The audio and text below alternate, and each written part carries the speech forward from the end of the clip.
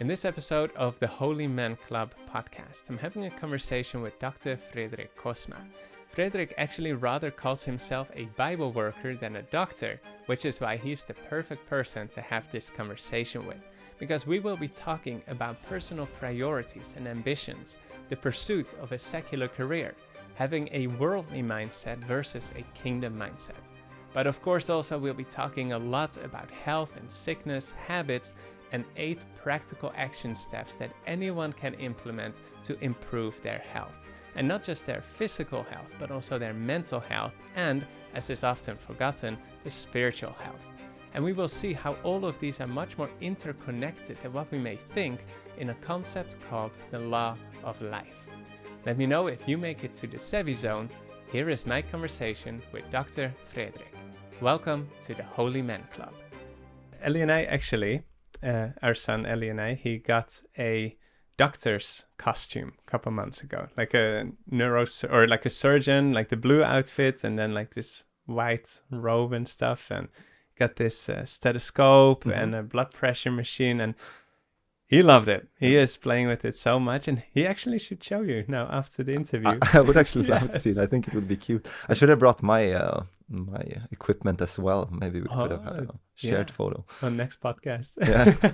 But is that? I think if you want me, I can teach him everything I know. If you want him to become a doctor within, let's say, 10 years, free study. I mean, it should be able to do. That's how it was in the old days. You know, you learned from your fathers.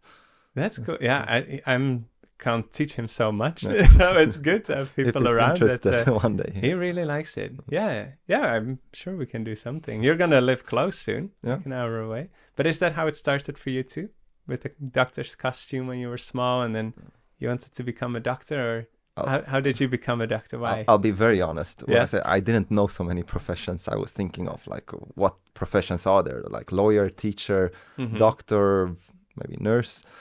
Had to pick one of them, and I watched, unfortunately, a lot of doctor drama shows, and I can tell you it's not like that. That influenced no, but I also noticed that I really like these science subjects, and somehow I got the idea around maybe 7th grade. And 7th grade, how old are you then? 13 years old. Okay. So I was quite sure that I would study medicine eventually. Huh. Were you a Christian at that point? Well, I was raised in a Christian home, so I would say Christian influence, but I had not yet taken really a solid stance for Christianity. Okay. So being a doctor was kind of more just one of the few careers that you could think of. And I'll be honest, I was thinking a little bit of the status also of a doctor. So I wouldn't say it was completely unselfish reasons. Right. And like I said, it looked fun. It looked fun looking at all these TV shows, finding out things, deducing, but also somehow in the back of the mind, just knowing that helping people, this is the right thing to do. Usually you think maybe of that profession when it comes to actually helping people with healthcare. Yeah. So that was a motivation, though it was maybe not your main motivation. It was something in your mind of that you want to help people. Yeah, exactly. Okay. Yeah. And did you then, during your years of study, 6 years, right, for a doctor? Yeah. Did you then at least, was your motivation the same in the status and these kind of things, or did you actually start really, really enjoying it, and it became something that you were really passionate about? I loved the studies, I really did. But I'll be honest, the whole idea of why I wanted to become a doctor, it really changed after I went to a Christian mission school. Then my whole motivation was completely different. Wait, was it then after you did your doctor studies? I went to the Christian mission school before. Okay. And then I went into the medical field. So what changed in your attitude towards your pursuit of becoming a doctor? Yeah, it was again maybe the thought of actually helping people, but now you actually had something more that you could give them, the gospel. And that is actually, I could just see how this could be a means of helping people with health, and then eventually with the spiritual part of their life. That is what motivated me. And I will tell you, just having gone to this Christian mission school, it made the medical school so much easier. I was almost never nervous. I'll be honest, I sometimes people think I'm strange thinking like this. I even wanted to fail sometimes because I thought, then if I fail an exam, I can be a testimony and show that this is not the end of the world. I can redo it and all these things. I'll be honest. Through the trials, yeah, you through can, the trials, you know, and then you're not nervous if you're the worst thing that can happen is that you fail and you don't think that's too bad. Then university is not that bad. So did you study, or did you? I studied a lot. I actually, Okay. I really enjoyed the studies as well, and I found some ways to learn easily. I found what fitted me the best. There's so much technology and also videos out there, and if you find the right ones, it's a joy. I loved coming home and just watching medical videos with right teachers that are entertaining also. So not the Hollywood dramas No, anymore? not anymore. No, that wouldn't help, and it's so off when it comes. It's actually hearing some of the things afterwards. I thought like, this is ridiculous. They don't even have good writers, you know. Like doesn't make sense. Many of the things they are doing in there. You know, I've never been necessarily into the whole medical field or anything, but I did watch when I was younger, also before my conversion, and so I watched those kind of dramas, especially House. Yeah, I could have almost guessed if you would have. And everything was like lupus or something like that. It was never lupus, but once I think. Yeah. But yeah, that's true. But yeah, as a real doctor, you of course know more about it. But so your motivation at first was kind of like, okay, doctor is one of the few options that you saw like available. That you kind of went through that, or you went for that in your mind, and also thinking about the status that would come with it, and still an interest also for it, and even in the back of your head thinking about it helps people and that's nice. But then at the mission school, it was put into a grander purpose. Is that how I understand it? Yeah, exactly. And good okay. summary.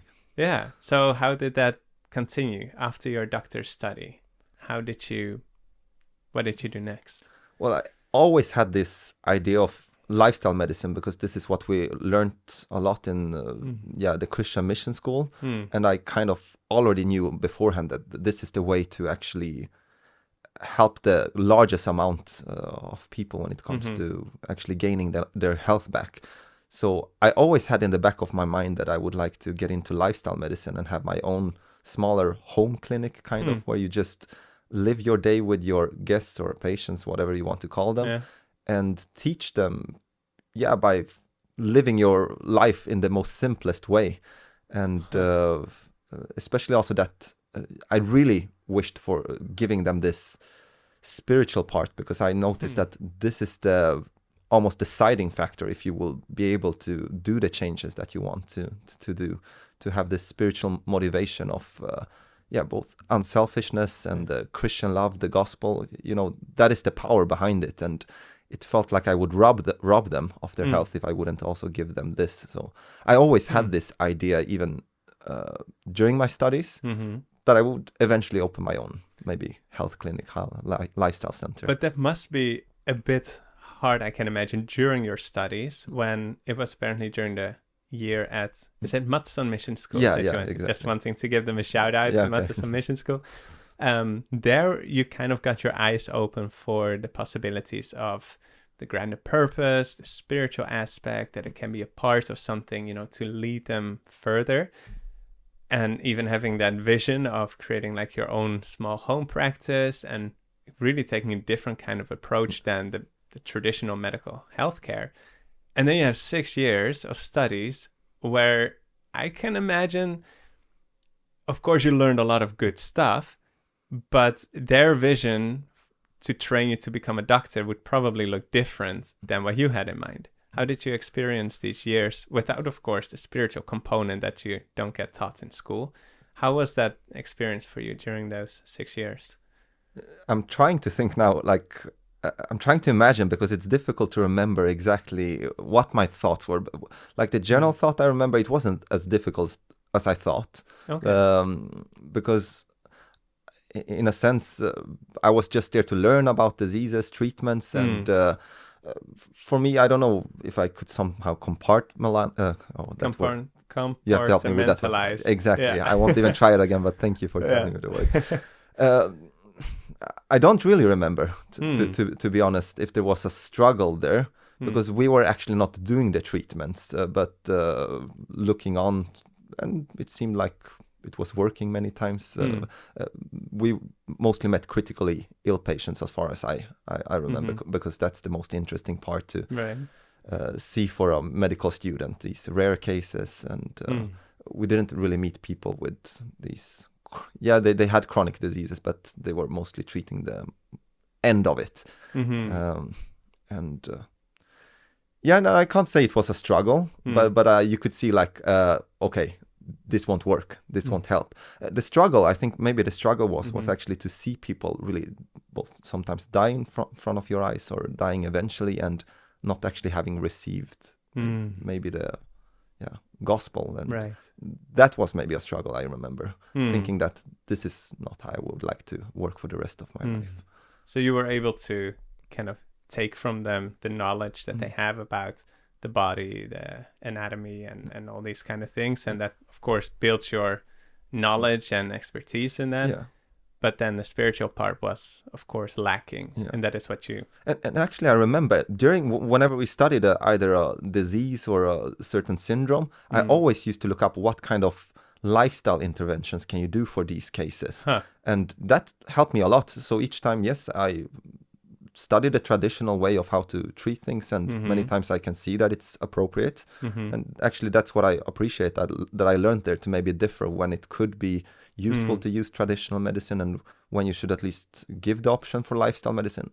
What I feel is the lack that many times we don't give the option to the people to do the lifestyle thing. But I watched a lot of videos, both videos and reading papers. I even wrote my thesis on it, on lifestyle medicine. And I could see that it worked, and I could see so many of these studies worked when it came to both the diet, but also like certain parts of physical therapy treatments with sunshine, and also the spiritual aspect and fresh air. Many of these different lifestyle interventions, it did work, and there were numbers on it. So then you could learn a little bit of what it could help. Before we get into those I'd love to go into those practical things, but I'm just trying to still kind of understand more about your journey of discovery. When you say about all these lifestyle things, that was your interest and you were looking at videos, in how much during these 6 years did they teach about lifestyle? I would say almost nothing. And I would say even our nutrition classes, they were horrible. And I would say even it seemed like a joke there that every single nutrition teacher was overweight, and we had maybe, I remember, 2 classes of nutrition, like 2 courses, not like in total hours, maybe 14 hours. 14 during 6 years? Yeah, I think so. Like in total. No, let's see, 2 times, maybe 28 actually. Okay. But still, it was very basic things that you talk about in high school, about vitamins, minerals, but not really. Is it because they don't see it really as a cause for sickness, or is it that it's harder to treat and it's maybe easier to just pump someone full with medicine? What do you think could be the reason? I have some guesses. I'm not sure, but I'm sure there might be some more correct answers. But I would say it does require patience to treat that way. I would say the other thing is that there are so few who actually can live up to it, live according to it and recommend it. I think anyone who had tried it and seen the benefits of it would recommend it to their patients. So the doctors don't have personal experience with it, maybe. I would say so. I would even say like when I understanding more of the laws of lives and how we actually work, it's not always easy to actually live according to them, and that is my struggle, to both live according to them and then to teach them. That's the most simple way to And of course we don't need to get into that, but probably the whole financial aspect also, with the pressure of the whole pharmaceutical industry. It's of course a gold mine. I guess so. I never got into how everything works there, but I would say that it doesn't really point to that direction. I would say when I came to Sweden and worked, like they have this idea of like wanting to do more interventions in time, and in the like lifestyle interventions in time, because I could see them struggle for it, but I still think they don't have the correct tools when it comes to that. Yeah, Yeah, I'm also thinking about the whole organizational structure of the healthcare. Yeah. I mean, it's totally not optimized for being able to help people in lifestyle. No. It's just you have 10 minutes with your doctor and then you need to get out.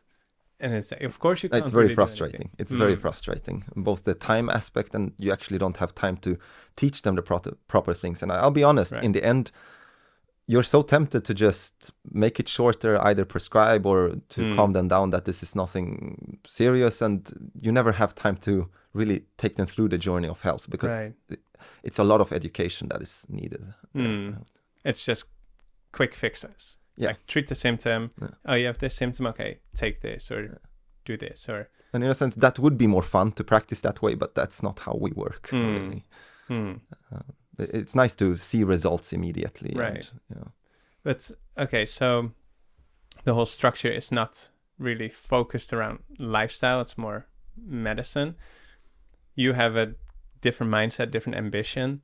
What did you do when you were done with your studies? Did you then work as a doctor in kind of the traditional sense? Can you tell a bit about that? Yeah, I actually got to work in forensic psychiatry. I just took the first job where I got work, and I enjoyed it. Okay, I'll be very honest, like it wasn't very heavy work. It wasn't the field I was interested in, but I got a job there just to get my foot into it, because I studied abroad. I studied in Romania. And when I came back to Sweden, I just thought it's good to have some experience, that you have worked there, and then it's easier to get another job later. I was thinking of family medicine. I think that would fit me the most, or actually pediatrics. I was thinking about there you go. Yes.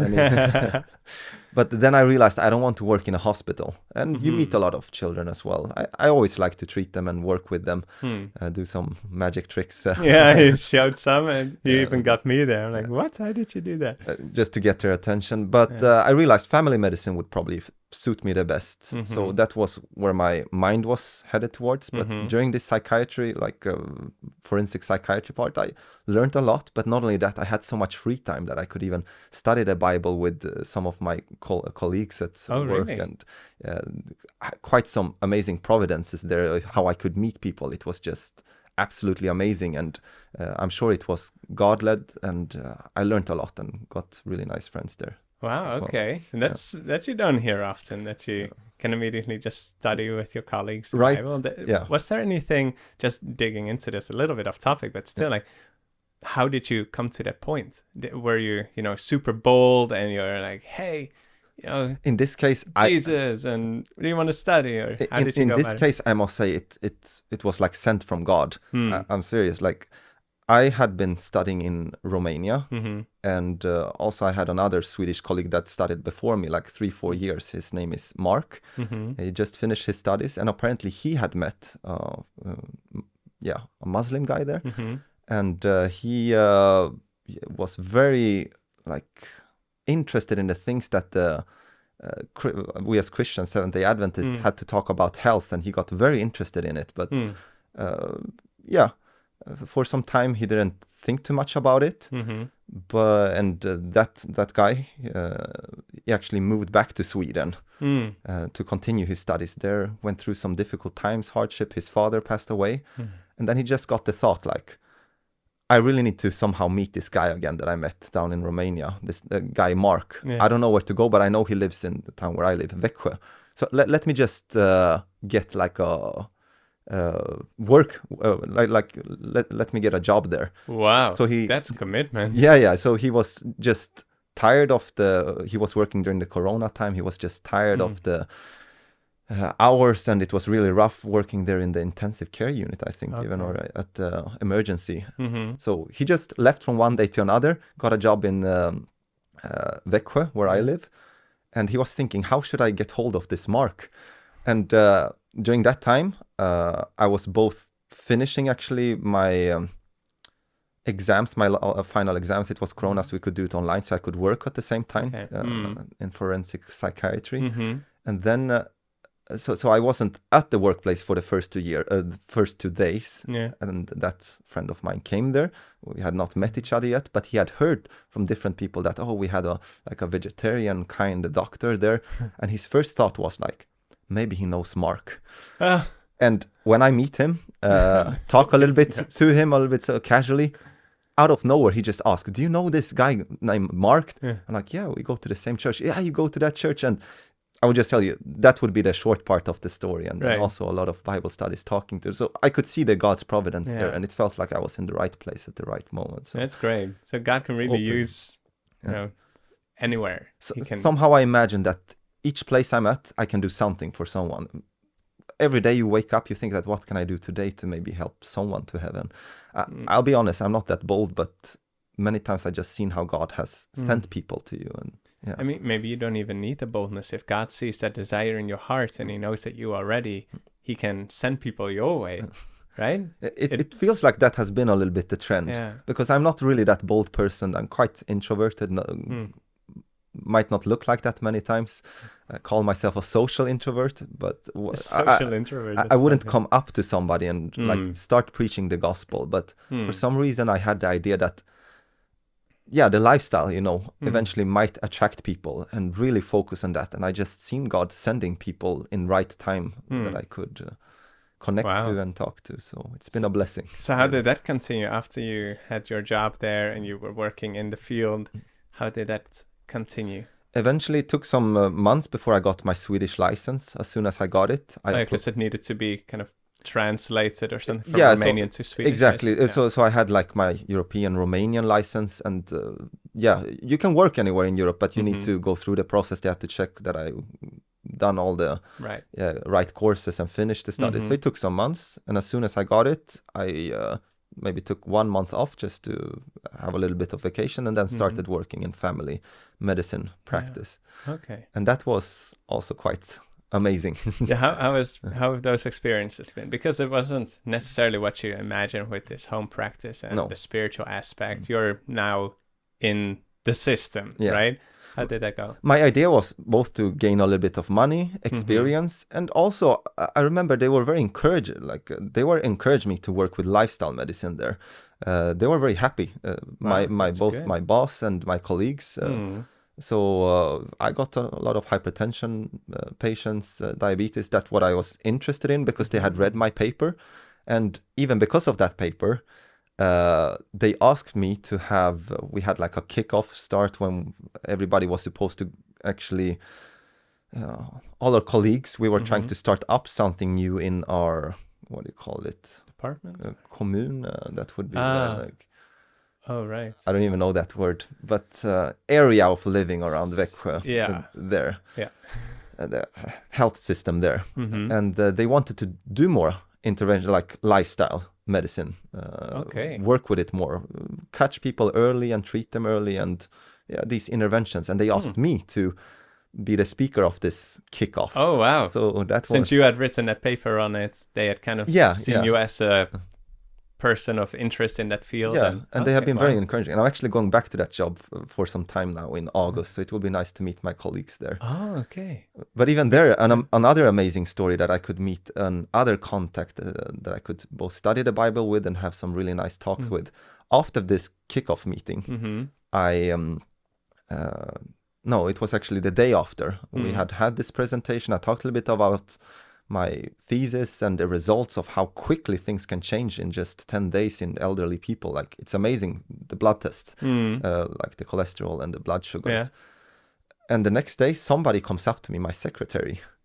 Your secretary? My secretary, or one of the secretaries, I shouldn't call it. It sounds cool to have your own secretary, but there are secretaries that like work and write down what we dictate and help us to organize our schedule. But one of them comes to me, and the first question she asks is like, did you go to Matson Mission School? Oh, wow. That's not a question you would expect. No, I wouldn't. So I actually thought I misheard. I'm like, excuse me? What did you say? And she was like, did you go to Matson Mission School? I'm like, yes. But why do you ask this? Or how? I was just... And then she was explaining. She had listened to the... what I presented at kickoff, and she thought like, this sounds very similar to what the Seventh-day Adventists talk about and related to health. And I've always been interested in who the Adventists are, and I Googled you and I saw that you went to this mission school, and she apparently knew another person from our church that had mentioned this Matson mission school, and she was quite excited about it. And we talked, and I got like a full A4 paper with written questions about our faith and all these things. And wow. It was just like, how does this happen? Like every workplace I go to, somehow God finds people that I could connect to, and it was a real encouragement. And we still have contact, and she helped me to get a little bit of job this summer, so I could also.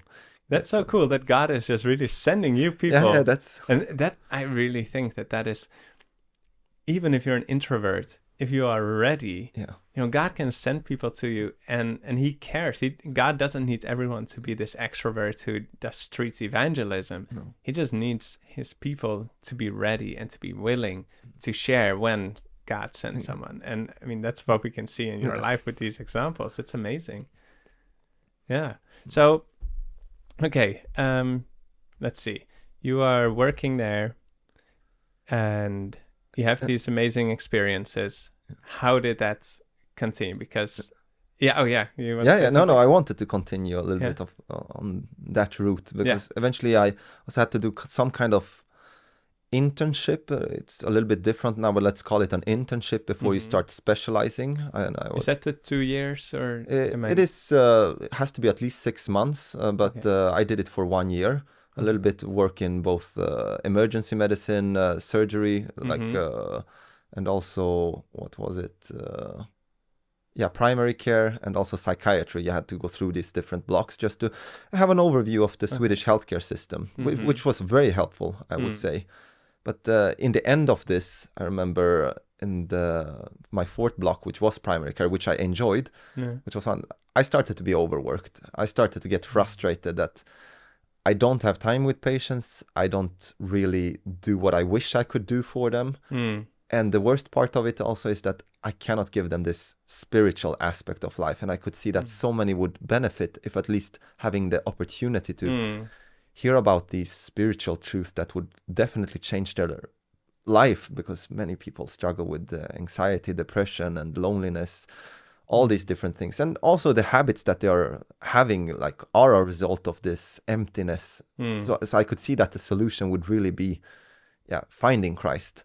So that was very frustrating, and I started to get overworked because I tried to do my job properly. But when you actually try to do it in primary care, you don't have time, so you overwork all the time. I took the computer home and worked there. Yes, my colleagues, they appreciated everything I did, and they encouraged me to stay, and they wanted to give me a job offer there. But in the end, I felt like, no, this is not how I want to work. So I thought of taking a break, actually. Yeah, what did you do? Did you take that break? As soon as my block finished, there were some people approaching me, asking me if I would like to get into emergency medicine. And I thought maybe, but let's have a 4-month break, and maybe then I could consider. I was in the application of starting with emergency medicine. I enjoyed it. I thought it was fun. And, I just knew I needed a break. And my idea was always, maybe after I finish specializing or while I'm specializing in family medicine or primary care, then I can start opening this lifestyle center on the side. So I was trying to think maybe that way, because that has been my goal. But during these 4 months, I finally realized that let's just go for it this time. Let's just open my own thing.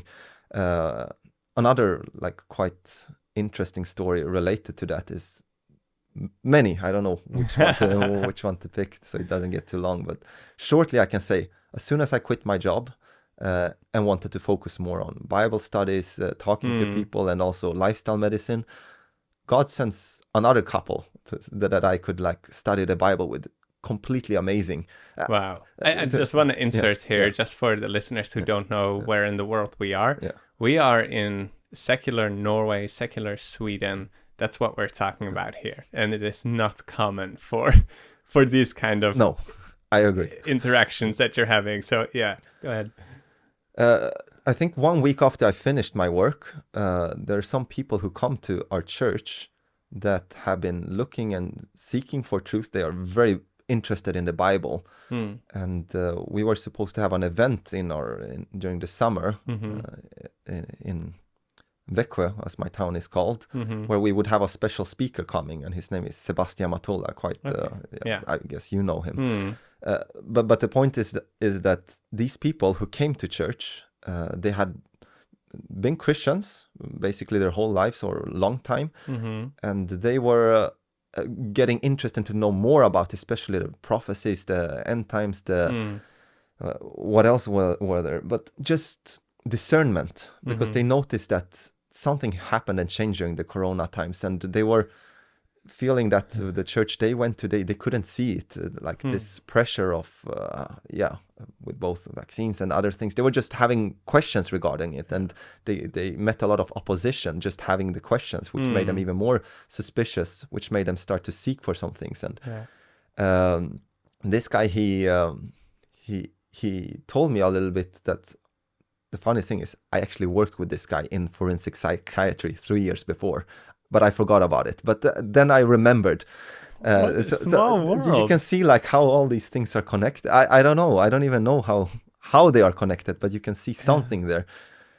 He had gone online searching for truth, finding some videos, and he said like, we came to this church because we found some videos about Sebastian Matula. And that would be the speaker. That would be the speaker after 6 months. He'd never been to a church, like never. Wow. And this was the first time. And actually, I'll be honest, And I got so excited. So I told him, did you actually know he will be the main speaker this summer? And they got super excited. I'll be very honest, he had not accepted yet. We had given him You were going in faith. I was going 1 week after he actually did accept. And I think I told him the story. So I was a little bit quick. I should have said he probably would come. Maybe you just see those things aligning and you're just so excited. Yeah, I can imagine. And then they were so interested in starting studying, and we still meet and study. And now still. We still do. It's really amazing. I hope you can maybe meet them one day. They would like to come to Norway and visit me. So, because we jump into that. Go ahead, continue the story. The point is, I just somehow that was a confirmation that this is the right path. I got some people I could study with. I don't have finally for some time I don't have a work job to go to, and my parents were kind that I could live at their place, so I didn't have big expenses. Right. So I started focusing on this, both on my spiritual health, really learned the Bible well now, studying a lot of these things so that I could share it with others. And another experience that also mattered a lot to me was when I took a little break, found a really cheap flight ticket to Gran Canaria, just to relax a little bit with my parents. There I experienced something which made me think that this made me decline actually the job offer in emergency medicine. Okay. While running there on the beach, it was Saturday night after the sunset. I had been running there on the beach, and suddenly I see my mom there, and we had not been together for quite some hours. So I find her there, and she's looking out on the water and saying that she thinks that she sees someone in the water and in the ocean, and some other people also standing there. And I thought it was a head or a rock, but I went out into the water, and while going out there swimming there, what I find is like a girl who had tied her hands and feet and was trying to take her life and drowning herself. And I managed to catch her and walk with her into the shore, and she smelled quite a lot of alcohol. And I just remember that the whole experience there, it was very tough. I met suicidal people before, but seeing her out there, maybe 24-year-old, not wanting to live, looked like a very sweet girl. And I don't know why she did it. And the thing I remember is that, eventually the police came. I left her there at the shore, and I was just thinking, what will happen to her? I had no idea, and I was just wishing for her. Rarely I get these feelings, but I felt like I would have wanted her somehow to meet God so much, and if I could somehow exchange my place, that she could experience the joy that I have had, like those years I have had with God, and it has been more than enough, and I wanted that for her somehow, and it felt so unsatisfying, just leaving her on the shore there and not knowing what would happen, and not being able to share or just know how, tell her how valuable she actually is. And that was a tough experience, which made me think what would I do in an emergency room? I would bring up the people from the shore and then hope that somebody else will take care of them, and eventually just hope that somehow they will get both treated, but also what about the spiritual aspect, the eternal life we have afterwards. So there really got illustrated for you very tangibly of that. Yeah, you can help people saving their life, like extending their life, making them healthier, but then it still leaves you with that feeling of, okay, now what? Wow, that's an impactful story. So it felt like another confirmation that I'm going in the right direction now. I'm trying to. I'm thinking the reason why I also wanted to talk about this with you, having heard parts of your story, when a doctor, like what you said in the beginning, it's like status, it's money. Sure, it's a lot of work, but you're respected and all of these things, and it would have been very easy to just be satisfied with that. And I'm thinking not only for people who study to become a doctor, but any listener in whatever field they are working, whether it's car mechanic or teacher, working in the store, whatever it is. Do you think that they can experience this same longing that you have, that kind of that spiritual component? Is that applicable in any kind of profession? What do you think about that? I would think so. Absolutely. And just to mention that I really don't value so much my degree at all anymore. I even had times when I regretted, why did I go into the medical field? Like I could have just gone into some kind of practical work, done this, and I just want to have time to spend time with people and talk about the gospel and these things. Now I appreciate the education I have, and I see how it opens door. But like I said, I actually don't value it. I prefer not to say that I'm a doctor to people. I don't want them to like listen to me because of either the education I have. I want it to be because of the words, or that they actually know that I care for them. Eventually, you might have to say it when people ask of your profession, but usually I like to introduce myself as a Bible worker. I prefer that. That's so interesting. I don't really want the trust because of the education or the degree. And it's actually nice to not look upon it, because in the end, like, what is university? It just shows that you could show up to the place and answer some questions correctly for 6 years straight. And in the end, I remember coming out from there, I was useless. I learned most of the things practicing. So I'm not saying that it's thrown away education or anything. You can always learn, but to put everything in perspective, a little bit of perspective. Yeah, thank you for. How does that just apply?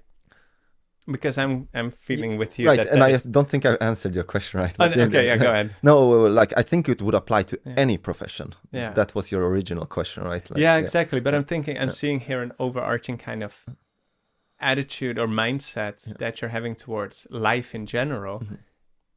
Profession is one part of that, but it seems like you are looking at life really through the eyes of eternity, like through the eyes of the kingdom of God. Can you share a bit about your thoughts about how are we to relate to, the promise for the future? How should that impact our daily life, like our priorities, and then especially within the context then of career, work, ambitions? Because I think you have a very, very good perspective that I think can really help us to learn to live as holy men. No, I would say, like, it's very difficult to find out that balance. Maybe it's difficult. I can maybe share from my experience. It is that when you have this, like you mentioned, other perspective of, and it's a struggle to keep that perspective in all that you do. I think you could be useful in.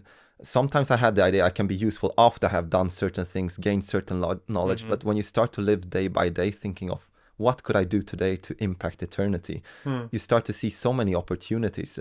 So I can't say, I think many things God, he leads with his providence, but I think we have to have this mindset of like, we are really just temporarily here.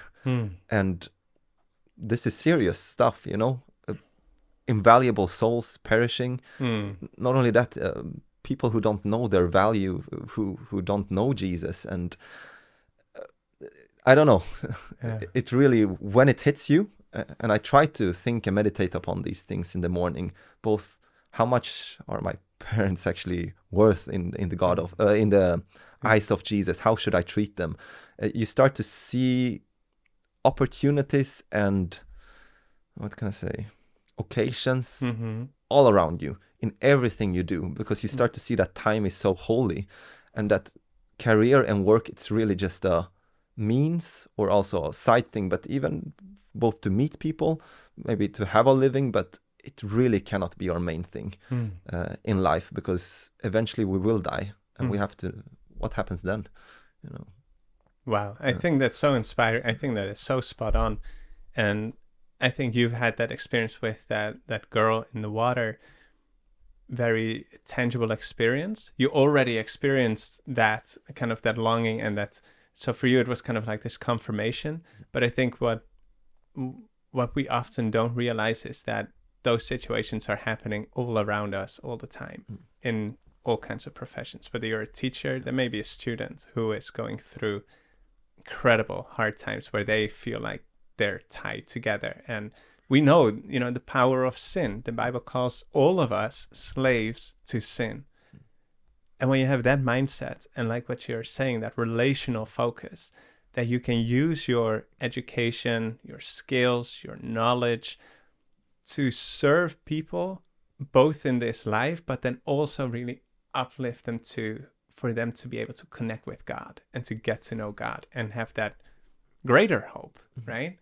I really think that's such an inspiring attitude. It's a much better life to live than I thought. Like what I could have imagined as a high school boy. Like I could have never imagined so much joy in, this spiritual part of life, and this greater purpose, because I think, like you said, I think there's so many people who lack this purpose, and just knowing that there's a greater reality, and and I think that is something that is so, that attitude that you talked about, I think that is really crucial in, sure, if you're a teacher, or even in many hospitals, you may be bound by certain rules of the organization, and you're maybe not allowed to talk about your faith or this or that. So there may be certain circumstances that are not optimal. You may look at yourself and think that you are not in an optimal position because, you haven't learned all of these things yet, and you're not a great communicator, or whatever it may be. We may come up with seeing all these problems in our circumstances. But if we are willing, then God can send people still. I think in any situation, like sometimes we imagine that it would be better to have our own company. This is what I imagine, to run your own company exactly how you want. Maybe that's not where you are in the pathway to get there right yet, but there's still something that you can do every day. And I will tell you, it's something that takes away so much, because career can be such a pressure, both to study and then to live up to expectations, colleagues, something that always just took off so much stress and anxiety, because I've been yelled at. I made some mistakes, and but I remember all the time to just be kind. Remember who they are. The people never get angry, don't get irritated. You're there to learn, be humble, like don't try to be a show off. Just be there. And that took so much anxiety and pressure away from this whole career thing, to try to perform all the time, to try to do your best, try to do it honorably and with good intentions. And just so many things just happens around you. I haven't done it perfectly, but... well, I gotta say, in the interactions that we've had and in how I've known you, really are one of the kindest, humblest people I know. I really mean that. I know also that I can maybe present myself that way, but I will also be honest that I do struggle. And many times the family always knows you the best. Yes. And it is a struggle, but... I think that God has changed a lot of things in my heart, and it makes it easier to always wanting to learn, not try to present yourself better than you are, and just live your life so simply, and really think of how can I make somebody else's day better. It just takes the pressure off from you. And how amazing, isn't it, that the key to a truly happy life and a truly fulfilling life is to stop trying to get that for yourself. That really is the paradox, right? It's really focus on others. Yeah. And that is how you find it. I mean, I think that's what Jesus also meant with, like, you know, when you seek for your life, you will lose it. But when you let it go, that's when you will find it for his sake, right? So it's still within that purpose context. But that is such, I mean, from my own experiences, nothing beats those conversations with people who are seeking God. Yeah. And having seen how God leads people into your life in the strangest way. Now, we are also a bit more of the extrovert, so we also have those experiences on the streets. Just to say that happens anywhere, no matter what type of person you are, God can bring these people into your life. And if you are willing, those will be the moments that you will remember the most, that will make you the most happy. I can guarantee anyone. I've never been in a position where I've had, you know, millions of dollars or anything, or, you know, worldwide fame or all these things. But if you just think about the celebrities who do have that, and you look at, okay, are they happy? Well, they fall into drugs, addictions, and suicide attempts, and this and that. And many of them say, guys, this isn't it. You know, we're at the top, but this isn't it. And we know, okay, how to really get there to that real happiness and fulfillment. It's to let go of trying to take care of yourself and focus on others, and using the skills, the career, the education, all of these things as opportunities for you to be able to serve others. And that is, I think that's really the key to a successful Christian life. Yeah. I agree, 100%. It's awesome to see you on that track and to learn from you. And this was great about your career. Should we shift to the more health related, or is there more that you want to say? I don't have much more to say. Okay. Yeah, so there's a few things that I've written down that I would love to have your advice on from a health perspective for men. And the first one, why would we even care? You know, why would we care about health? What would be your reasons for that? I would say one thing is that who likes suffering or pain? Nobody. I think people who lose their health, they start to value what health actually is. What I forgot to mention a little bit earlier is that the different perspective we actually have of health as Christians, it is that, first of all, it is the result of sin and suffering. It has such a cause and effect relationship. You can see that both in the practices we do, that the main issue you can see is sin, selfishness, driving, like in the majority of the...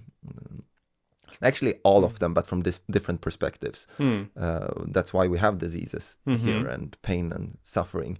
And then the other thing I wanted to mention, it is when we don't live according to these laws, that we get dysfunction and diseases. So the reason why we should care about health, first of all, I think we are created to live and enjoy life. And we should do everything we can to take care of this gift that we have gotten, being good stewards of the body that we have. So I would say, I don't think anybody would disagree that we should care about health, but how much effort do we actually put into? Yeah, I think that, yes, and I think that's the key. I think everyone to some degree says, you know, health is important, but to what degree? And I think that is such a crucial kind of, again, mindset. But before I get to that, I want to flesh that out more. But you also mentioned like the laws of health. Now, as Christians, we may know the laws of the Bible, you know, the Ten Commandments, and there's discussions about those and different laws. And what are laws of health? Yeah, what are the laws of health? Like there are like so many different laws, but if you would like summarize them and see, if we would think of the perspective for life, in order for life to exist, you need certain laws, and you need certain conditions for them to live in. That's why we don't have maybe life on different planets, or we actually have these needs that need to be met. And you start to look upon the needs, and some of them are just so obvious. We need food, we need oxygen, we need sunshine, we need exercise, movement. This would be considered laws because you need to do them in order to live and to fulfill these needs. And one extremely important need that we actually have is this, like, who would just tell me, like, who would like to live just for the sake of living? Like if you would be in a room like this, let's say, getting all the nutrition you have, getting all the exercise you need, even the sunshine, but you would be alone here. Yeah. Like, what kind of life would that be? Mm. So we also see there's a big component of this spiritual aspect of the loss of life, that this is a great component in order for us to survive and live. So it's a bit like the loss of health, they open up your abilities in life to enjoy it more. Like contrasted to then, being in this smaller studio. I know it may look bigger on the camera, and every time when people come in here and they've seen videos from before, they're like, is it so small? It's much bigger on the screen. It looks a lot bigger. But yeah, so to be kind of confined to a small space, you can equal that to being in certain health maybe, and not caring about it. It limits your life. But when you take care of your health and abide by kind of these health laws, then it opens up opens up more freedom in life to enjoy it. To enjoy it and to live it pain-free. And I can just, I remember after being overworked, and I thought of one of the laws I've been breaking a lot is sleep. And I started to study a lot about sleep, how to optimize it. And Did you study into the night? No, I didn't. During the day, I loved listening to podcasts about sleep, reading about it, optimizing it. 2 weeks straight, I got like 9 hours of sleep. And I remember both the energy, the joy you had, like it made such a big difference. And I just remember that I didn't even know you could feel like this, I still was maybe on the surface looking quite healthy, and I could still run, do my exercises, but I forgot you can have so much energy throughout the day just by resting. So that would maybe be an example of like how it opens up life when it comes to actually taking care of your health. And we are responsible for our own health, like to almost full degree. Like some things we can't control for sure, but every day what we put into our bodies, what we do, even what we think, we are responsible for that and how it affects our body. And our body can never lie to us. So when we sometimes find dysfunctions, we have to ask ourselves the question, am I breaking the laws of health? Is it something I need to do in order to live more according to them? Because I think God, he wants to give us joy and happiness, and these things are confined to different laws. Otherwise it would be just randomness, Now I want to get into those and see how can we practically then do those kind of things. But first I want to see, is there a connection between our physical health and our spiritual health? Because you mentioned that you're interested in helping people, but also with the spiritual part. Are those just two, separate things? You help someone with their health, and then hopefully they are, open-minded, and you can help them with their spirituality, or are those really connected as well? Yeah, I don't think it's a secret anymore. That everybody should know that they are so, and I think everybody experienced how connected these are, how they affect each other back and forth. But it seems like usually health workers, even in the Christian field, tend to emphasize so much how important your physical health is so that you can get your spiritual health, which is very important because it does affect your mood and behavior, depression, anxiety. But I tend to be even more interested in the spiritual part of health, because I see that as the driving force and the motivation in order to also live according to the physical laws of health. But for sure there is a connection. I can give you, maybe you can just remember an occasion when you suddenly heard some horrible news or something sudden happened, how your body reacted just by the thoughts, having those thoughts, both maybe the stomach ache or the lump in the throat. It's so obvious, and you can see that this in long time. I've seen that also in my short practice, if I would call like that, these kind of psychosomatic symptoms, when you actually get physical symptoms because of the things that you're thinking and the stresses you have gone through in life, and losses you have experienced, how that affects you. So for sure there's a heard an example from Katja. She said that she had heard about this person that was trapped in a freezer, and later they found this person. The person had died, and all the symptoms of having frozen to death, the weird thing is that the freezer wasn't on. Wow. So it's really that connection of your crazy. mind is really a powerful, it just shows the connection between the mind, the spiritual, as well as then the physical, and that can really impact each other. And we're actually right now, we are memorizing different Bible verses as a family. And the latest one we have memorized, and now I'll see if I can remember it right, is, don't remember the exact reference, 1 Corinthians something, verse 19, chapter 6, verse 19 and 20. I'm pretty sure. It's about, yeah, okay, you can. Or do you not know that your body is the temple of the Holy Spirit, who is in you, whom you have from God, and you are not your own? For you were bought with you were bought with a price. Yes, you were bought with a price. Therefore, glorify God in your body and in your spirit, which are God's. This verse to me. What are your thoughts when hearing this verse? I love this verse because it also gives me such a big perspective, and again a value to, first of all, what we are bought with. The other things that we have to realize, and I would say a lot of our diseases and health issues come from the idea that we don't understand that we are not our own. We're actually God's. We are created. We live our lives as though we were gods, just fulfilling whatever pleasure we want to fulfill, and realizing that you have gotten this as a gift from God, both to take care of it, both what you eat and think, and what you do. It's your responsibility, and it's a gift, and you need to take care of it. These are some of the things that I actually think related to that. Maybe I will come with another thought later, but I really enjoy those verses.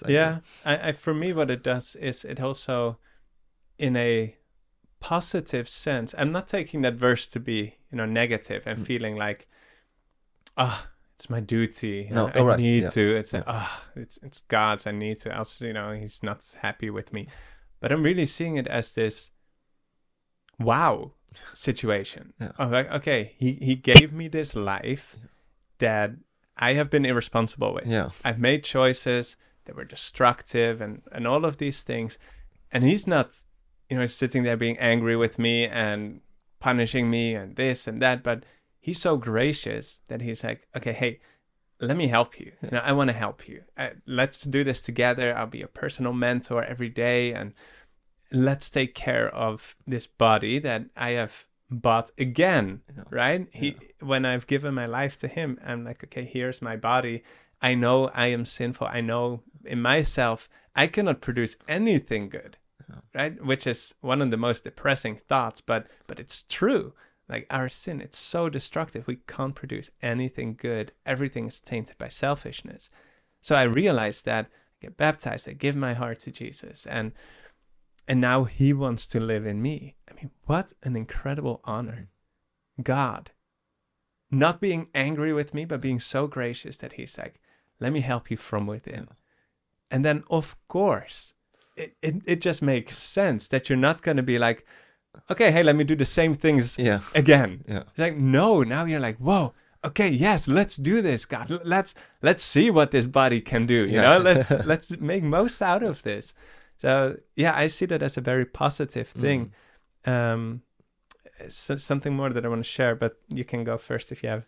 I didn't have much. Actually, I really like the perspective you put it into, both the appreciation and also seeing the compassion of God giving this gift over and over again. And I was thinking of the verse, I think it's in Deuteronomy, must be chapter 33 or 31, maybe verse 19, where God has put out the blessings and curses, and in the end of it, he asked them, like, choose life, so that you can live and your sons and daughters. And it's just so beautiful. God he has such pleasure and joy when we have joy. Like a parent, you have experienced this, seeing your child like just growing up, learning things and becoming more like Christ. What a joy it is, right? You want them to choose life. And realizing that this gift that we have gotten, we have to realize we are not our own. Really are not. And that takes a lot of pressure off, in a sense. It really does. Like, you can't see it as a negative thing, like, man, okay, yeah, God, what should I do? Yeah, but it's like, no, it's God living in you, and he knows how to live the most free life you can imagine. No anxiety, no worries, no nothing. And that is available for us if we just let him, right? And again, the price there, like what it cost that you mentioned, like for me, it doesn't make sense. I have come to the point where I will actually accept it, because God actually puts that value on you, that he would risk his eternal life just to give you a chance to be in heaven and be redeemed. And thinking about that, what value it gives to me, even to others. And I've come to the realization, like, it's not only about me. Sometimes it's about God as well, you know. Many times I thought of maybe giving in to my sin, and like maybe I should just give up, because it's been really difficult, even times when I could understand why somebody would take their life. And then realizing, but Jesus, he paid for you. Right. And he actually wants you in heaven. And realizing this, that I have come to the conclusion, I will do this for him. Like, I will do everything I can to get to heaven and cooperate with him. So that, because he actually wants to see me there, he wants to see you there. Yeah. Why would we rob him of that gift? Yeah. It's so ironic, yet deeply sad, the image that we have of God sometimes. And I think even many Christians still have that. I'm reminded of sometimes with my son, there's something when we're out or whatever, and there's something that I know he would enjoy if he would do it. But maybe he feels a bit scared in the beginning, and then he's like, no, I don't want it. And I kind of need to push him, like, yeah, you'll think it's fun. And then he does it, and then he's like, again, he wants it. He is enjoying it. Yeah. And I think that is how we often live life, sadly, as Christians as well. We look at what is the safest, the minimum we can do, and therefore we miss out on the things that God has for us.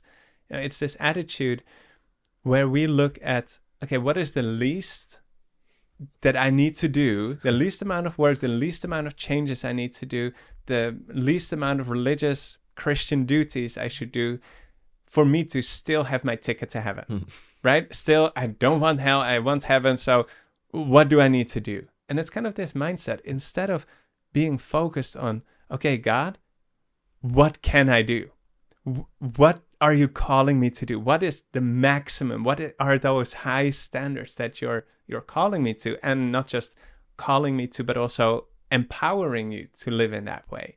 We're so focused on just trying to preserve the little that we have, that we think we have. And we're missing out on all the beauty and the richness of life that God could give us. It's like, we're not, it makes me wonder sometimes, like, why are we Christians? Are we Christians to try to escape hell? Yeah. Are we Christians to try to get to heaven?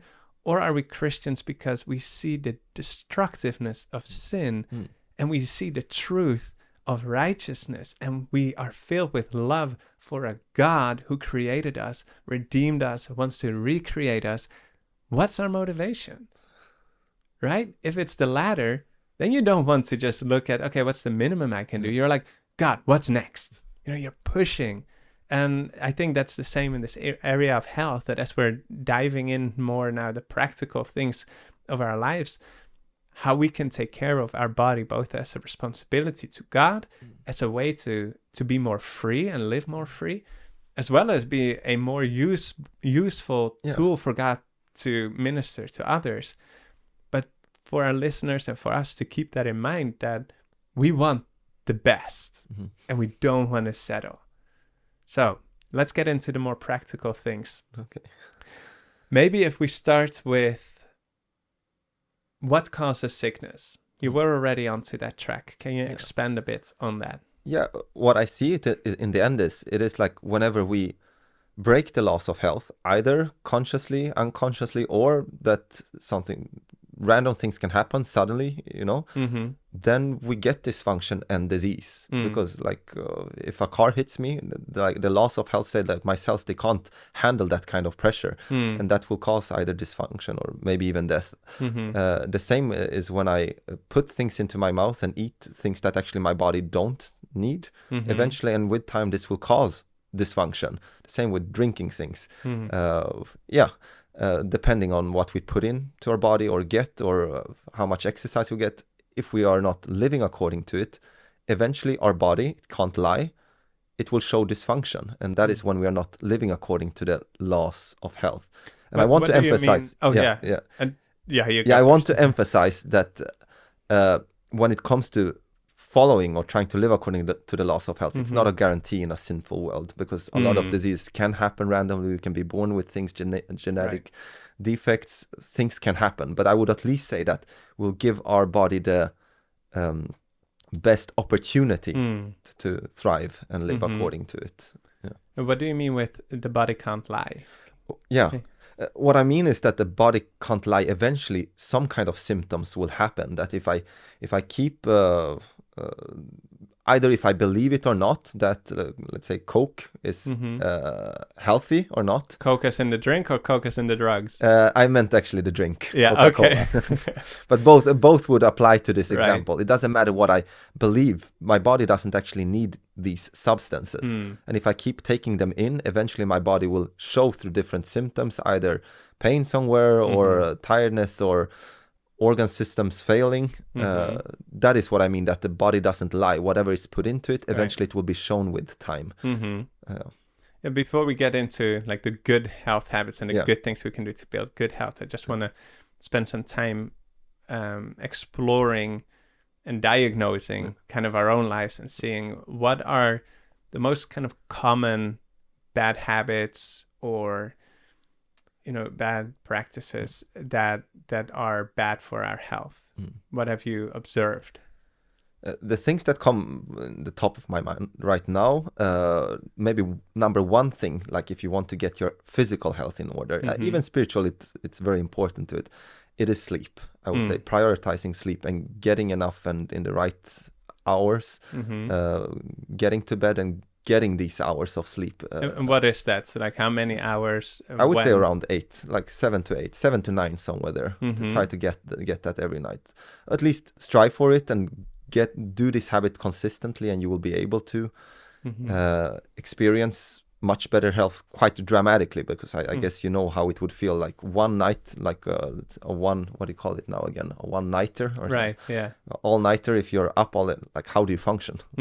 I've noticed. So that is at least one thing I think many people do, but it's so many things. Like you see it as soon as you go down into the street, the food that we eat, the drinks. Wait, can I just jump back on the sleep? Sure. 7 to 9 hours. Yeah. Does it matter when during the night? Is it like from 10 to 6 or from 12 to 8 or 9? Is there a window that is better than others?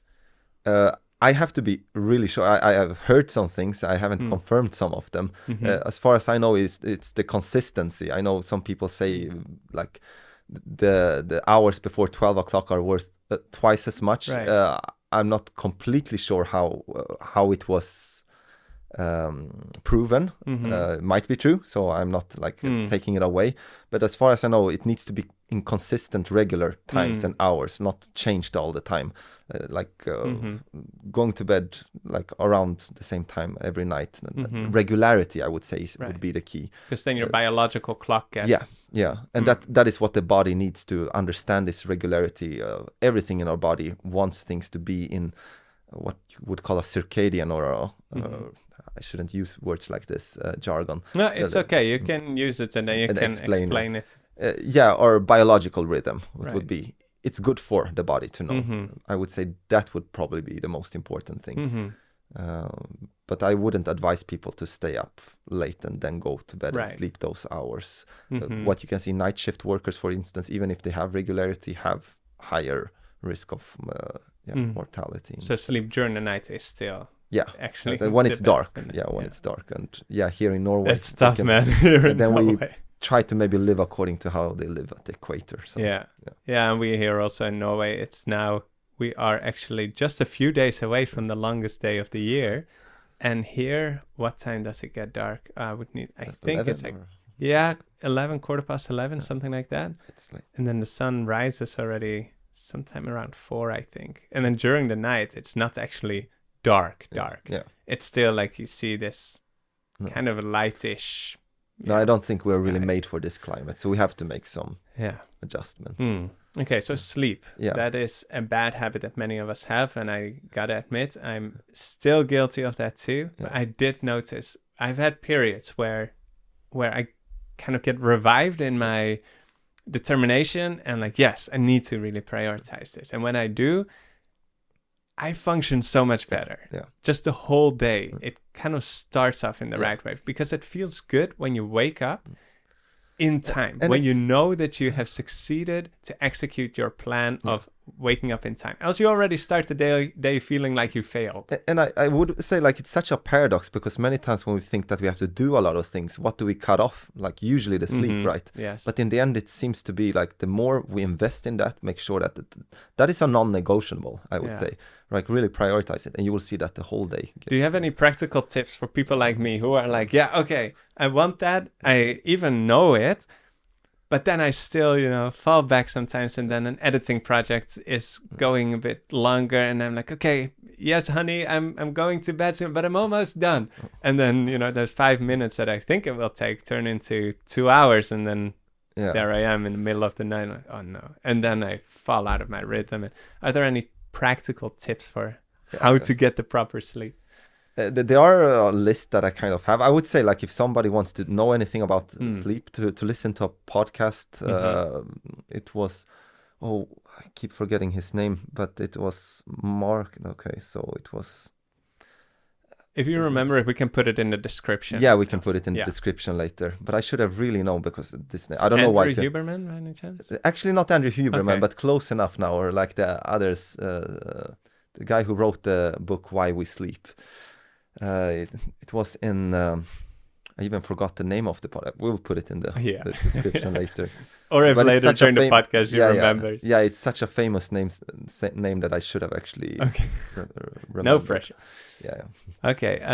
So you were saying. Yeah, the things when it comes to actually, this is the struggle with being a physician to also give the tools to motivate people to actually follow them, because in the end I can't do it for you, and how can I make it as personal doctor waking every patient up in the morning?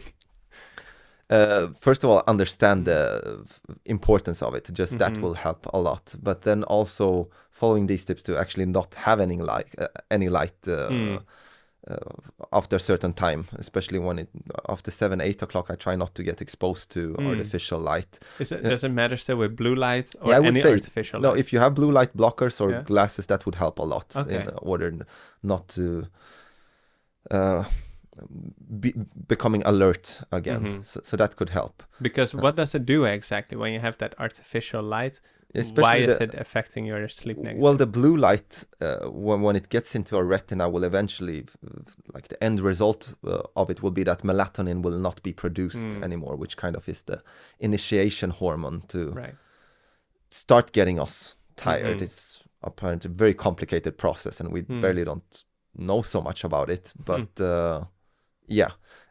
I just remember when I was abroad in a country where they didn't have any artificial lights, it was the best sleep of my life. It got dark around 7 o'clock.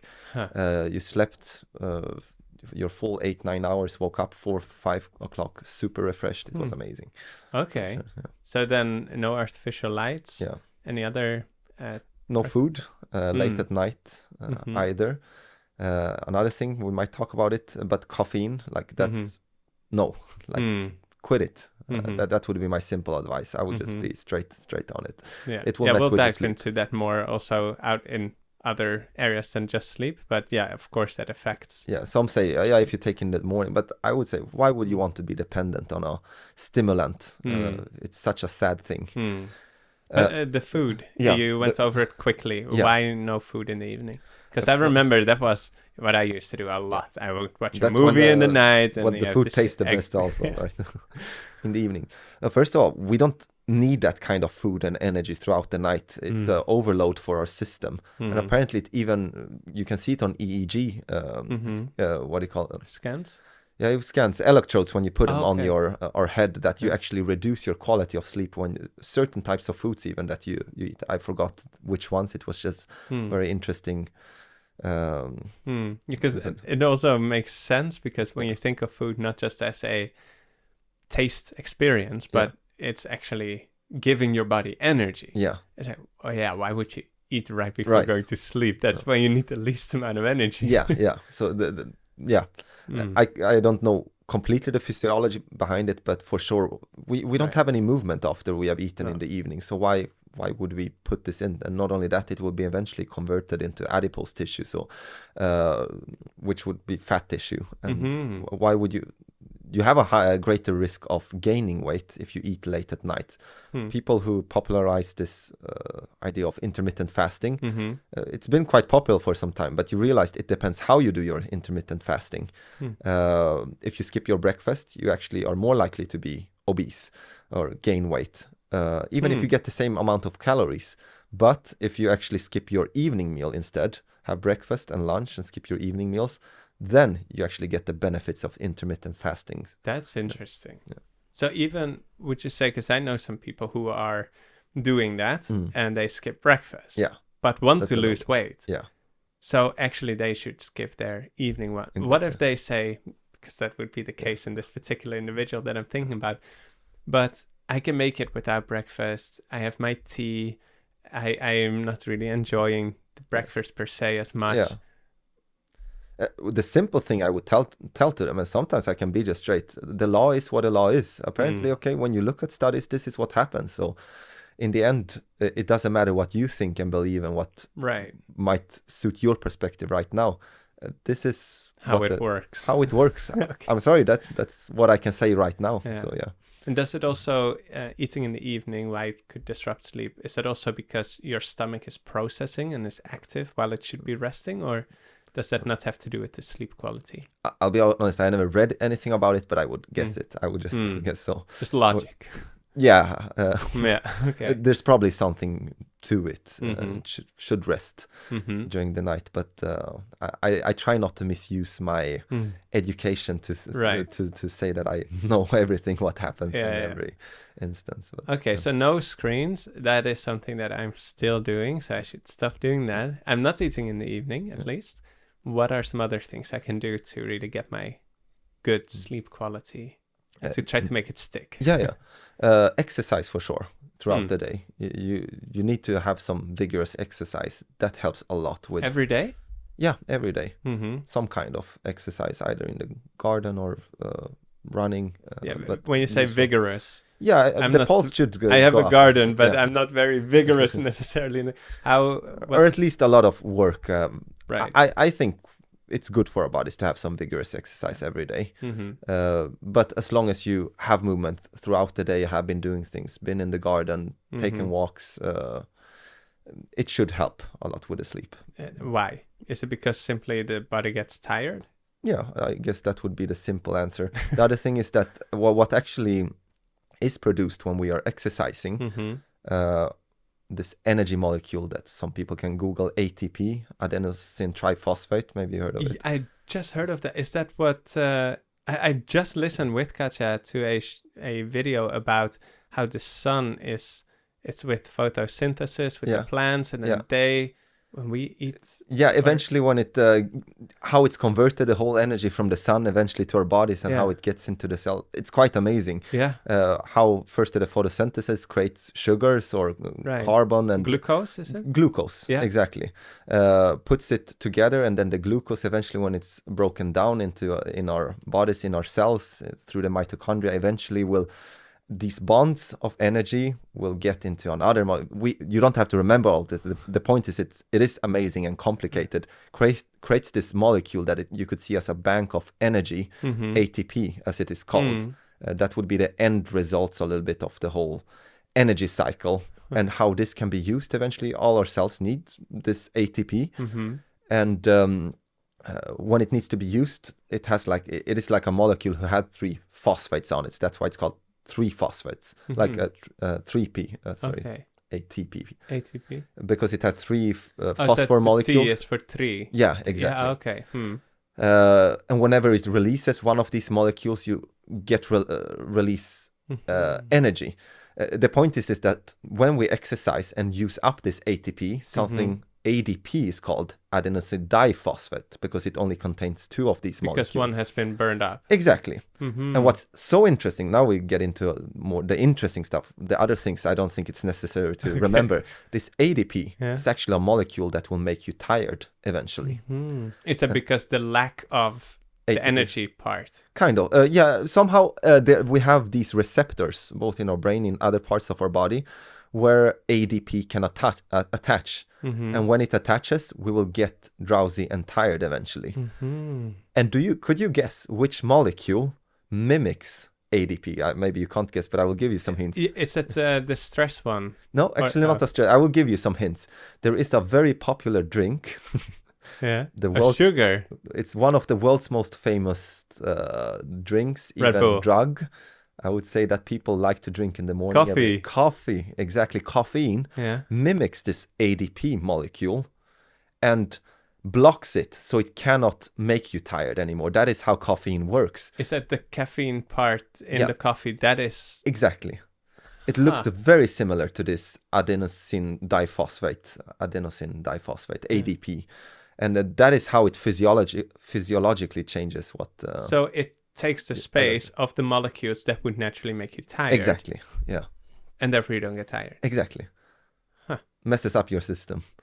But it's always interesting when you can see the physiology behind it. And that's why exercise, my point is that is why exercise is beneficial for getting this sleep and natural tiredness in the evening. Yeah. And the other thing is that is why we should avoid caffeine also. Wow, that's interesting. So when you exercise, you turn the ATP into ADP, and that will make you drowsy, and you've spent that energy, which I'm sure will be good for other reasons as well for your body, for your health. Okay, so exercise, no caffeine, no screens, no eating in the evening. What else? I was there are many tips, but now I remembered his name, so people will just have Matthew Walker. Matthew Walker. Listen to his podcast. Okay. Not his podcast. I like an interview when he got to the Rich Roll's podcast when he talks to Matthew Walker. That would be everything you would need to know about sleep. I would say. Yeah. Okay. Good. And any is there anything more? Like with alarm snoozing, for example, I'm thinking with that, I personally feel snoozing isn't helping me. Yeah. But I don't know, is there... I would say the best thing would be to actually wake up without an alarm clock. Like you could have it as a backup, but it would be nice that you actually wake up without it. It is a stress to wake up with an alarm clock. But is it possible, like for example here in Norway, where the light changes all the time? Eventually, I think you can always have it as a backup, as a latest when you actually need to get up. But eventually, I think people start to notice that they keep waking up like 5 minutes before, and I wouldn't say snoozing is no, like it's nice, it feels nice, I do it sometimes, but I can't see how it would be beneficial really. Another thing that would be good is also to expose your eyes early to sunlight, and that also helps with the regularity and for this circadian rhythm that will help your body kind of know these different shifts and have this shift in your body with the different hormones that needs to be produced at different times. Yeah. All right. So we now should have all the information and practical tips to get good sleep. No excuses more for people like me. What are other bad habits that we often find ourselves in where you see like, okay, this would actually... For sure, food. The things that we put into our mouth, I would say this is one of the most common addictions, like sugar, oils, and salt. Like these things put out in a high amount in the foods that we eat, very addictive.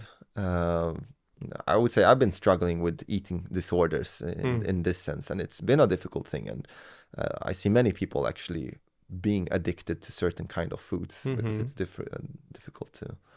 So can you expand on those? On what would be then a proper diet, what would be an improper diet, what are things a lot of people are consuming that would be best for them to then let go? And the simple answer would be as whole food as possible, as unprocessed as possible, and cook it in your home with as little salt as possible added to it. Maximum half a teaspoon a day actually is what we should get into our body. I'm talking about the ideal now. There might be some exceptions sometimes, but in the end, we want to reach for the optimum.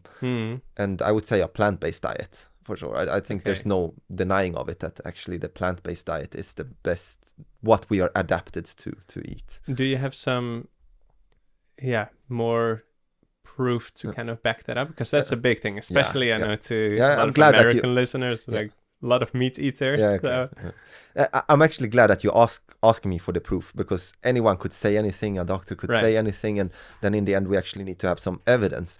I would say the strongest arguments, I would say, for a plant-based diet, it is that when you put people on it, it not only prevents heart diseases, like the most, like the deadliest diseases we have now is cardiovascular diseases, exactly, because of the plaque and cholesterol that is built up in our arteries. It doesn't only prevent it, but it actually can treat it. You actually have pictures from people being on a plant-based diet for 3-4 years and looking on their like coronary arteries, the arteries that supply the heart, that they actually regressed. There's no other diet that have been put to test that actually can do this. I would say this is the mine, at least, go to study and argument why a plant-based diet would be the is there by any chance a China study, or is that something else? I've heard a lot about the China study. I actually never read the book there. I should. You got probably another. No, I think it was what was his name again? Dr. Oz. I know it's been replicated by Dr. Esselstyn, but also I had this actually in my exam thesis, but I keep forgetting all these names because I don't use them so much anymore, these health gurus, but there are papers on it. Okay, so the plant-based diet, what was the question that I asked that led me to that? The bad habits in the bad food. Habits, and food. And it is that we have so many additives that we get addicted to with taste, and I would say, in the end, why do we eat like we eat? In the end, it is because of our sinful nature and pleasure. We always seek this, whenever you feel empty or so. It's with all health aspects of life, that we can get addicted to anything because we try to somehow get this stimulant and pleasure trap and feeling to get something, feel something, some kind of joy. And that is also why I think food can be so addictive. I think food should be very enjoyable. It should be. It should taste good. It should be enjoyable, but in its right amounts. That is when we actually are the happiest. It's never nice to be addicted to anything and be dependent upon. I used to think with let me tell you. I have been a vegetarian for a big part of my life. When I was 6, I decided to be a vegetarian, only one in my family. My mom was so sweet that she made 2 meals every day, so one vegetarian option for me and then their option. And I was a vegetarian until I met my wife, and my wife was just a meat eater. We went to Australia on a trip together, and my wife has a lot of different allergies. So I thought, okay, for this trip, I'm not going to complicate our diet and our eating options. For this trip, I will eat meat to make it simpler for us to be able to find meals that we can eat. So I did that. And then after this trip, I found that my conviction to eat vegetarian wasn't as strong anymore. So I actually continued to eat meat for a couple of years. And then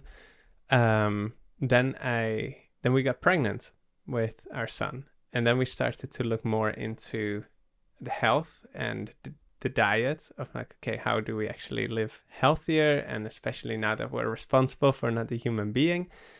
Or this was actually before we got pregnant, because we knew that we wanted to start trying. So some couple of months before, we started making these changes and started eating vegan and stuff.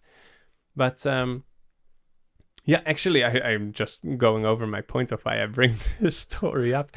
In Australia, we actually at some point came to this restaurant, and it said, like, no gluten, no GMO, no sugar, no this, no that, no that. And I was thinking, what's left? How is this going to be anything good?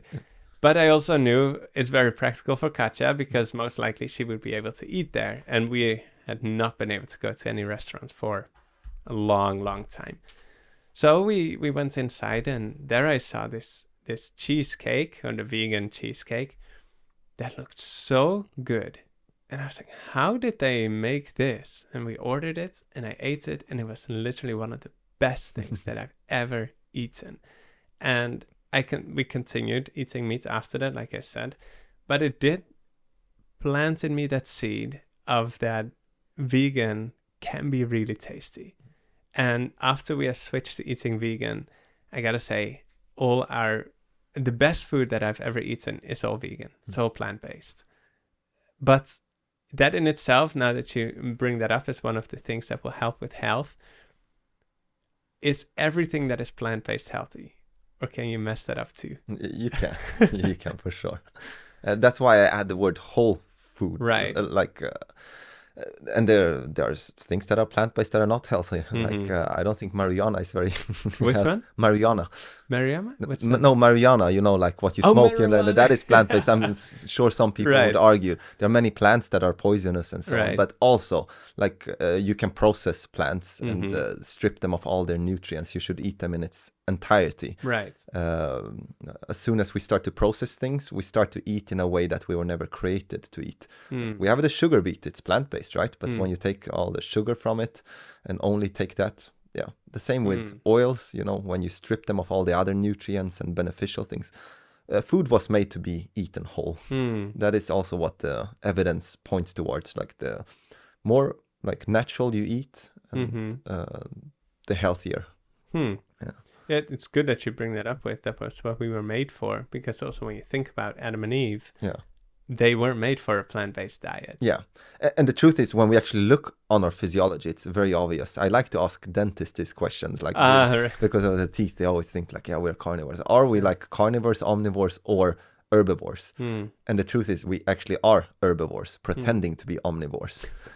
The thing is, when you actually put herbivores like rabbits or rhesus monkeys on a cholesterol diet, which actually is a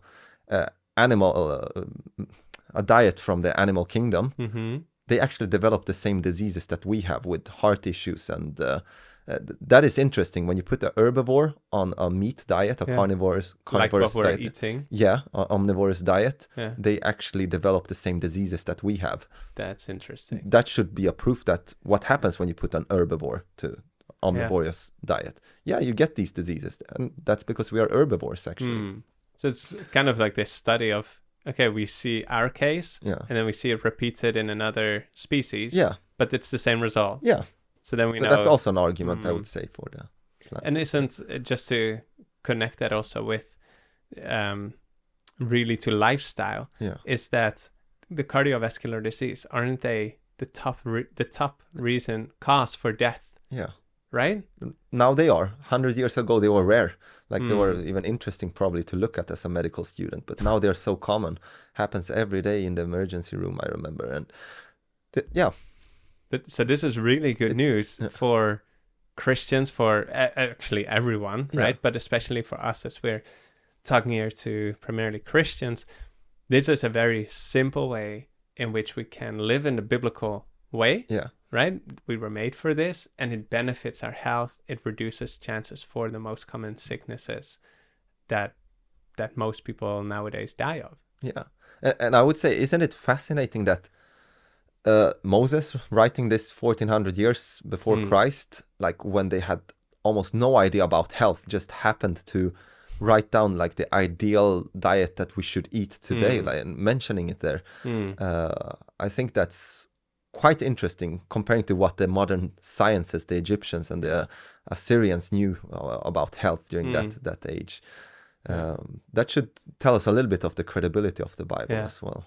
And I'm visualizing, now that you're kind of referring again to the Garden of Eden, and so when you see all the trees with the fruits on, and maybe bushes with berries, I don't know all the things that they had, but you just see it and it's so colorful. And you also, when you have a bowl with fruits or all these things, it looks so fresh, so appealing and attractive, versus if you have like this meat and that just that doesn't compare, that doesn't look tasty by just I would say, objective, value. But we've, as humanity, have gotten so adjusted to it now in these last 100 years that we don't even separate those anymore. And I want to also encourage people to know that the taste really can change. It does, for sure. It does.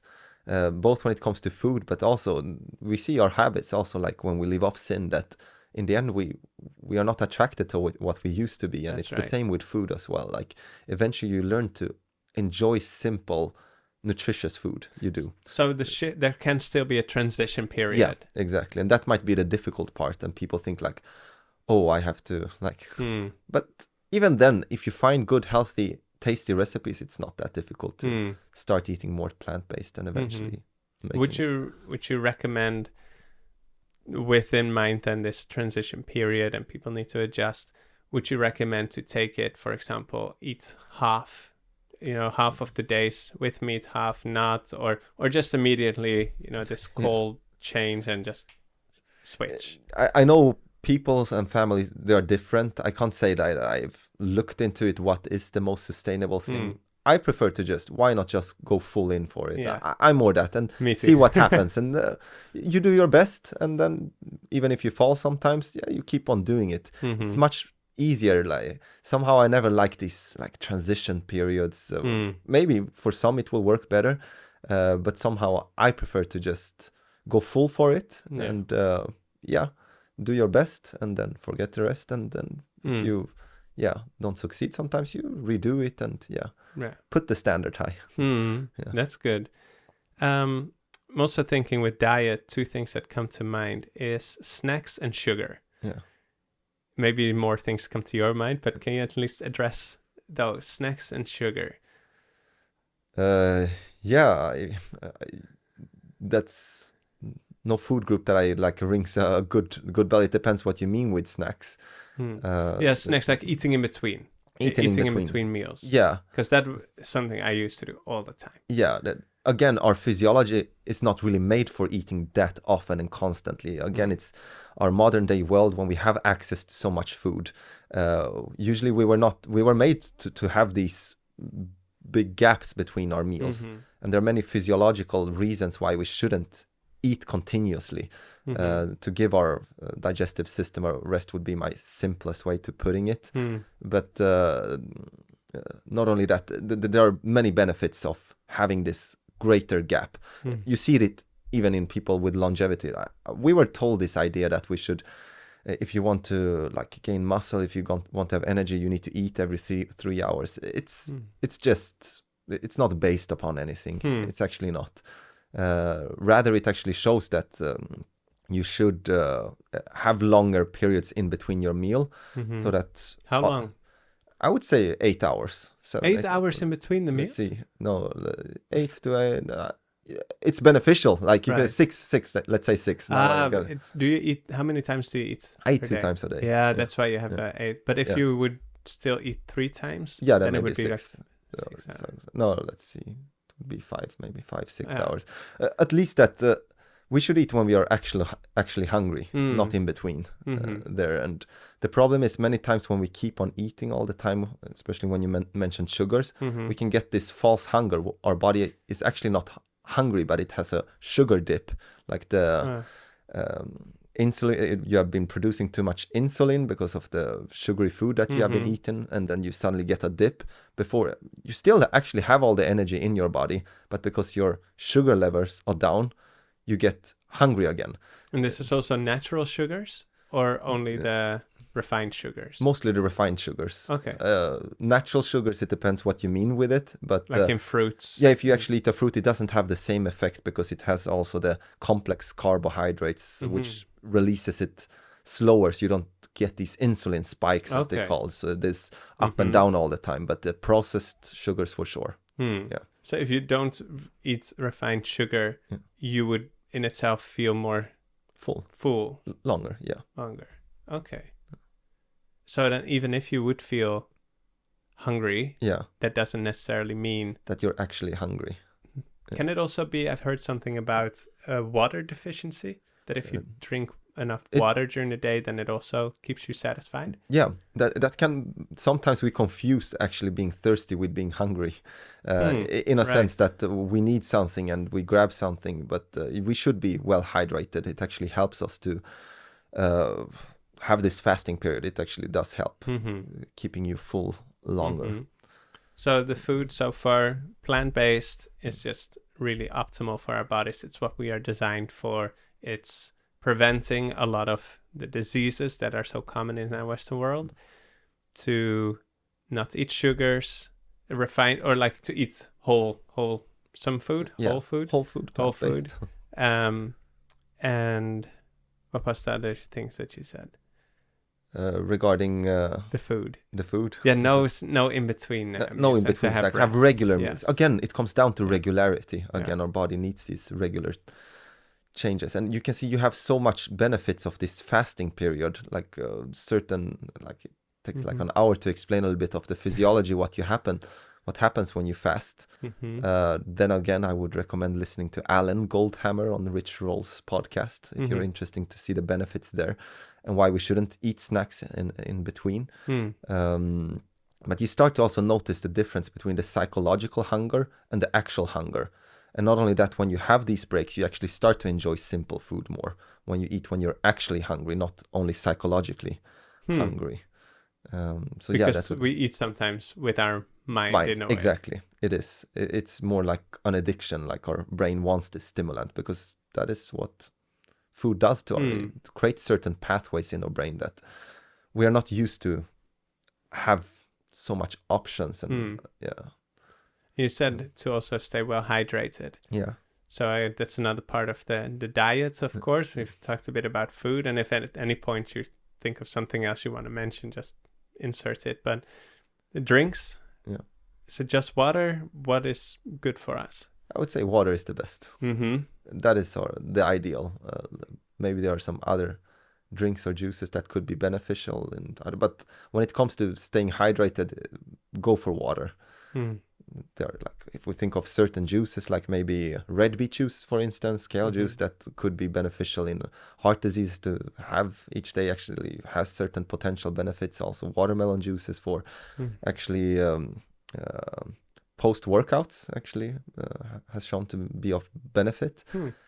But in the end, I would just keep it simple. Water. Aim for water as much as you can, and not to drink as much as you can, but when it comes to the choice of beverage, go for water. How much should you drink on a day? I mean, our kidneys are very good to like keep the balance, but generally we say like 2 liters, 1 point. It depends how big you are, but drink regularly. A glass now and then won't hurt, but of course not. You can also overdo it if you drink like 5-6 liters a day. That's way too much, and you can actually get diseases from it. So everything is in balance, but aim for 2 liters. Our body can handle it. Why not make sure that you get it, and the kidneys will fix the rest. Yeah, and something that I've noticed with the drink, because I've struggled a lot with drinking water. I'm grown up with like soda drinks and just drinking whenever I would feel for it. And I never got into coffee. I never liked it, but I didn't drink water much at all. So I was really thinking it was hard to drink and to make myself do it. And I thought it was so plain, and I didn't necessarily enjoy it. But something that has really helped me is to get a bottle with a straw. And I bought a big 2-liter bottle. I think I have it upstairs, and I filled it in the morning. And I noticed this especially when my morning routine worked well and I got up in the time that I wanted to get up. I get up, I have my bottle, I start drinking from it during my devotions, in between the Bible reading and the prayer. I drink from it, and then I take some time before the meal, before breakfast, where I don't drink, and then some space after breakfast where I don't drink. But then I sat down here in the studio, in the office to work, and I had my bottle in front of me, and then before lunch, easy, all done. And I didn't even notice it. It was not a burden. It was so nice, because when I'm working and I have the bottle in front of me, it's because it's a 2-liter bottle, it's also quite high. So it reaches perfectly, and I'm just sipping away without even noticing. And that was so helpful. That was, I think that's a great tip for drinking enough water. It helped I me could a lot. imagine. Mm, I'll be honest, that is a thing that I need to remember more to drink. And I think yeah. it wasn't actually, but I started to feel that. Yeah. But what then about, okay, so water is definitely the best.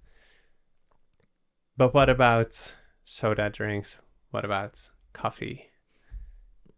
Do we dare to touch those? Yeah, simply I would say no, try to avoid them. Like sodas, for the sake of it, like doesn't contain the nutrition. It has sugars in it, other additives. Why would our body doesn't need it? Simply that well. It's not an actual need that our body needs. It's but what about someone says, okay, I don't need it, but I'm really enjoying it? Yeah, okay. Then it depends of what you value in life, or what you, if you prefer the taste, and at least you have the option. Then you prefer the taste over eventually maybe your health in the future. Then sure, okay, if that's what you value in life. But I think in the end we'll realize that the best thing would be to avoid those things. First of all, it really messes up your taste. Being away from soda from some time and actually drinking it afterwards, it was not enjoyable. Like I somehow imagined that it would be good now, staying away from it for a long time, but it felt so artificial. So your taste buds actually changed. Yeah. To the reason is because of the sugars, but not only that, they sometimes add these non-sugary drinks with other sweeteners. Maybe some of them might be better, but again, I want to go for the ideal, which would be and that is also the Bible verse comes to mind. Whether you eat or drink, or whatever you do all to the glory of the Son through the Father. I don't remember exactly, but at least the first doing part. it to the honor and glory of God. Whenever we eat and drink. Yeah, so it's again, okay, you might enjoy it. But you might enjoy a lot of things that aren't good for you. Yeah. And then it just comes down to the choice. Yeah, what do you value? What do you prioritize? Yeah. And I think it's there again important to keep in mind what we talked about earlier, that God doesn't want to restrict our enjoyment of life, but he wants to prolong it and wants to give a deeper fulfillment of it. And let me just mention it out there, like I hardly suspect that these companies are out to get our health, to help us to actually live better. In the end, it's about profit and money, and then you have to make them taste in a way that people will enjoy and buy them. So in the end, many times we're just, victim of other people's desire for money. And then it's our choice. Are we going to be that victim? Or do we rise above it? Coffee. Yeah, I think people might guess what the ideas I have about it when I talked about sleep. Related to coffee, many people will, when you actually look on the lifespan, of coffee drinkers and non-coffee drinkers, there seems to be no difference actually. Like they wouldn't live shorter. But in the end, I would also talk about the quality of life. When it comes to coffee, simply put like this, it is a drug, it is a stimulant that goes into our brain and messes up our physiology, which tells us that we are awake when we are not, when we are tired. And for me, just the argument in itself that I can't survive this day without coffee should tell us something. It's so common. Yeah. People just really take it like, I mean, that's what it is. Yeah, the smell of coffee in the morning. All the colleagues I were working with, there was none of them I knew that didn't drink coffee. And again, every break I heard them about, how I'm longing for this coffee. And I felt like, this is not a fun way to live. Always, what if we run out of coffee one day? I'm not saying that, but what if you don't have end it? Of the world. You've seen people, how cranky they can get when they don't have this, or even just the very fact that you get abstinence symptoms after coffee for weeks, headaches and shaking sometimes, should tell us that why would I put this into my body? The other thing is that even people, they say like, but I can sleep with coffee. But what you can see again when you put EEG, measure your brain activity with EEG, that it actually reduces the quality of sleep, coffee. And that may be something they are not aware of. No, of course they are not. Because some of them will be able to fall asleep. They say like, no, caffeine doesn't affect me. I can drink it in the evening and I can fall asleep. But the actual quality of sleep, you will be more tired in the morning and you will reach for your coffee again. And the alcohol does the same thing, actually. It sedates you. It can make you fall asleep, but it ruins this quality sleep that you actually need. It's good that you touch on alcohol.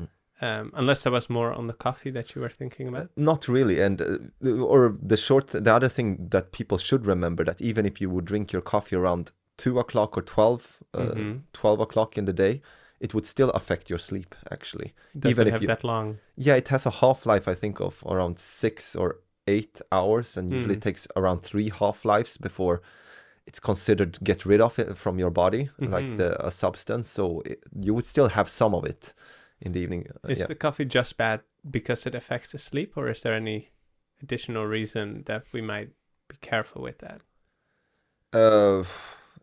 I do remember some things, but I can't say the numbers, how common it is, because the molecule actually, I would say, when you actually looked into the study, it seemed like they would live as long. So I would say this is probably not as big of an issue, but there are some health concerns when it comes to reflux diseases, like when you feel like your heartburn when your food goes up, when you should avoid coffee. Another thing would be like, it does seem to maybe have a little increase of cancer risk, because this molecule actually looks, adenosine is actually also like the molecule that it mimics.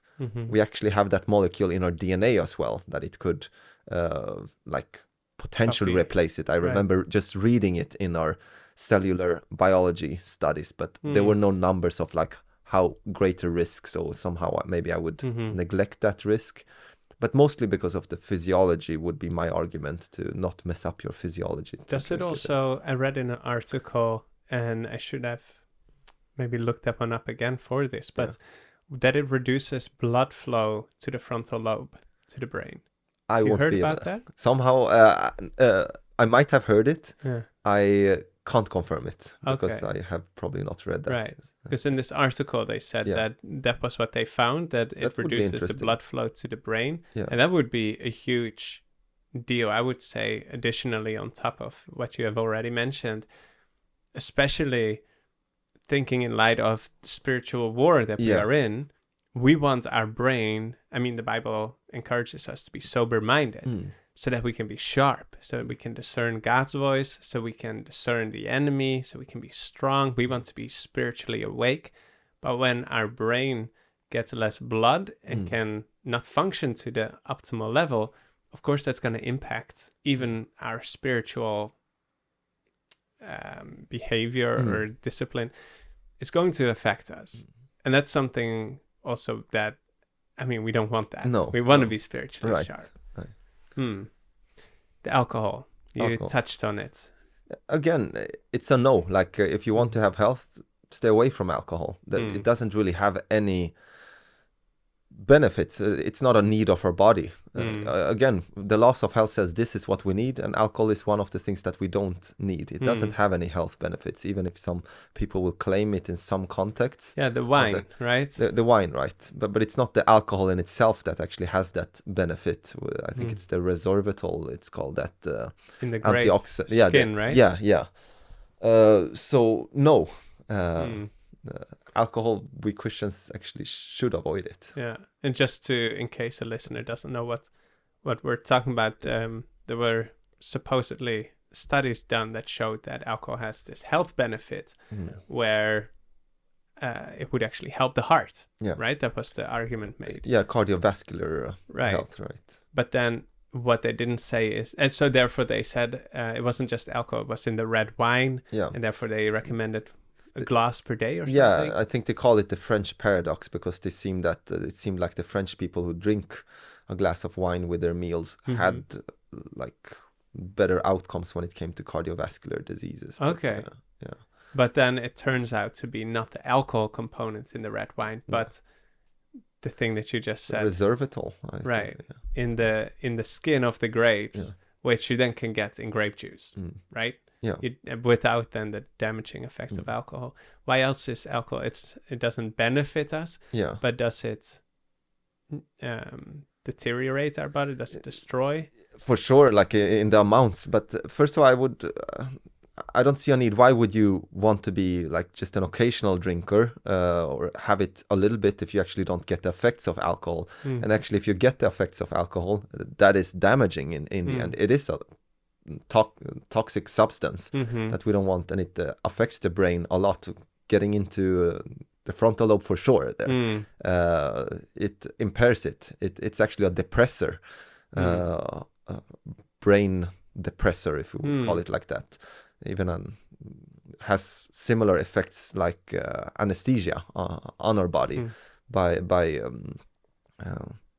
it actually goes through the into the brain where it can have its damaging effects. You've probably seen what alcohol can actually do. And that's the reason why people often take it. Yeah. Which is the ironic thing, because they kind of want to relax and let loose and kind of bypass our filters for reasoning and for all these things. And again, feel some kind of joy, or I don't know, because it is actually a interesting thing, because somehow you get excited from alcohol.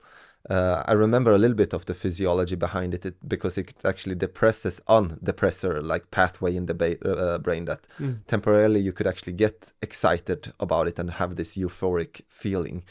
But like I also mentioned, when it comes to sleep, how much alcohol destroys and ruins sleep. So some people take a glass of wine before they go to bed and feel like, oh, I was sleeping the whole night. But no, not necessarily sleeping. You were actually sedated. And it's a big difference, because then you actually don't get the restorative sleep. And alcoholics that have been drinking for a long time, a really dangerous thing that they can do is to stop drinking immediately.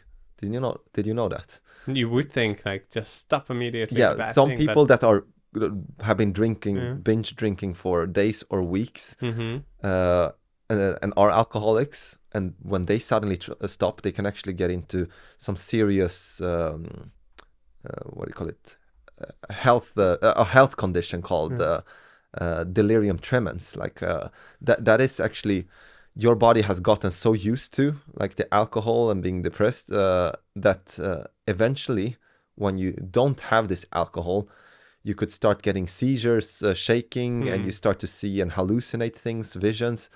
And a lot of it is also because you have depressed your restorative sleep, like your REM sleep, as it's called there, when you're dreaming for so long that your body just craves for this restorative sleep, that you start to basically experience this sleep while you're awake when you stop the alcohol. So again, that shows how big of an impact it also has on your sleep. And I mean, that reminds me of Proverbs 22, if I'm not mistaken, where the Bible talks about alcohol. And wine is a mocker. And then it lists, I think over the course of 10 verses, it lists different side effects of alcohol, that all the negative side effects. And one of these is something about that they can't walk properly.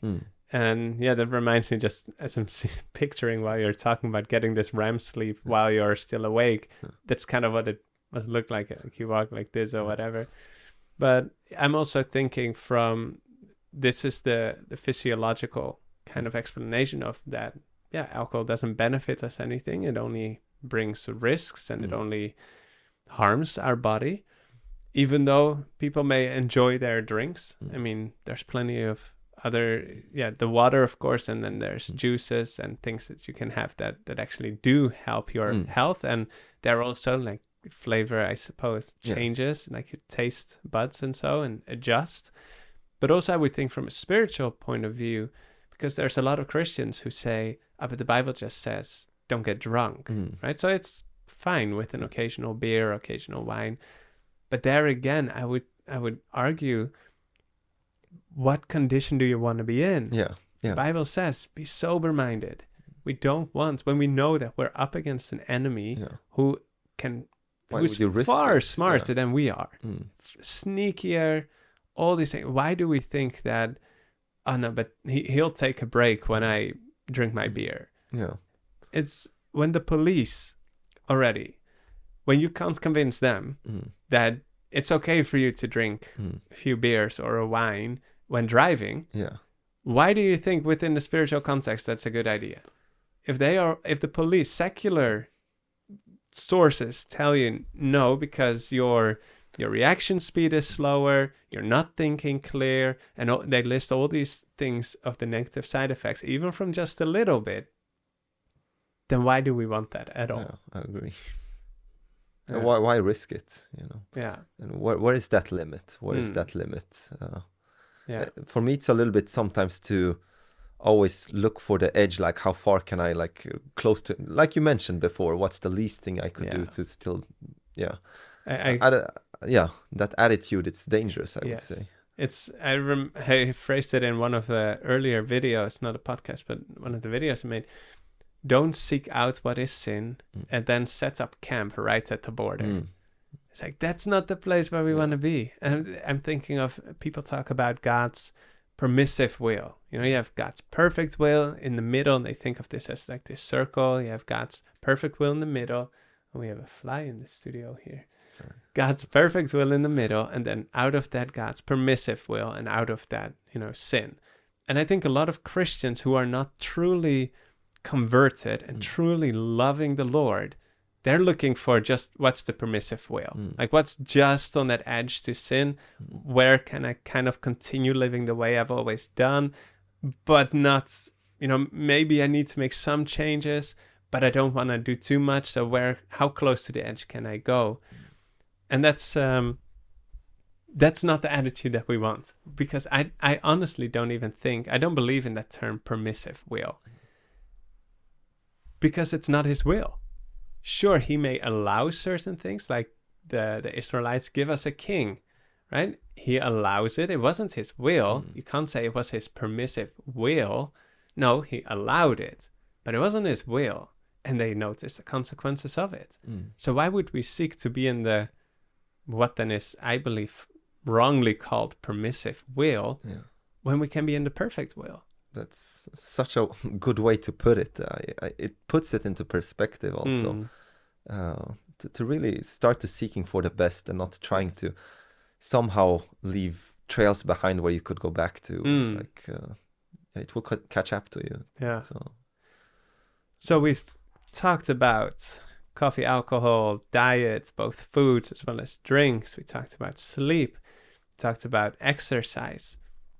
Are there any other things good habits that would be good for us to establish, bad habits to break from? What are like the common things? Are there any more? I'm sure there are more, but well, we can always go for a few hours. No. What I like to think of is like, what do I do in my daily life? Like we have talked about the sleep, that is when I wake up. The exercise then, like there needs to be some kind of movement, both some things that will prevent injuries, maybe some stretching exercises, and also I like running, so that would be one as well. Then we have like the food again, the breakfast as we talked about, better than so this is your kind of health routine, or sort of, I'm trying to imagine like how would a day look like what do I do every day, but also sometimes I throw in fasting in a day, which actually has benefits for longevity. We don't have to go into the details there. I think I mentioned Alan Goldhammer and Rich Roll's podcast related to that. But the spiritual health, we have maybe not gone into. We talked about it. We have seen the importance of it. You can flesh it out more if you want.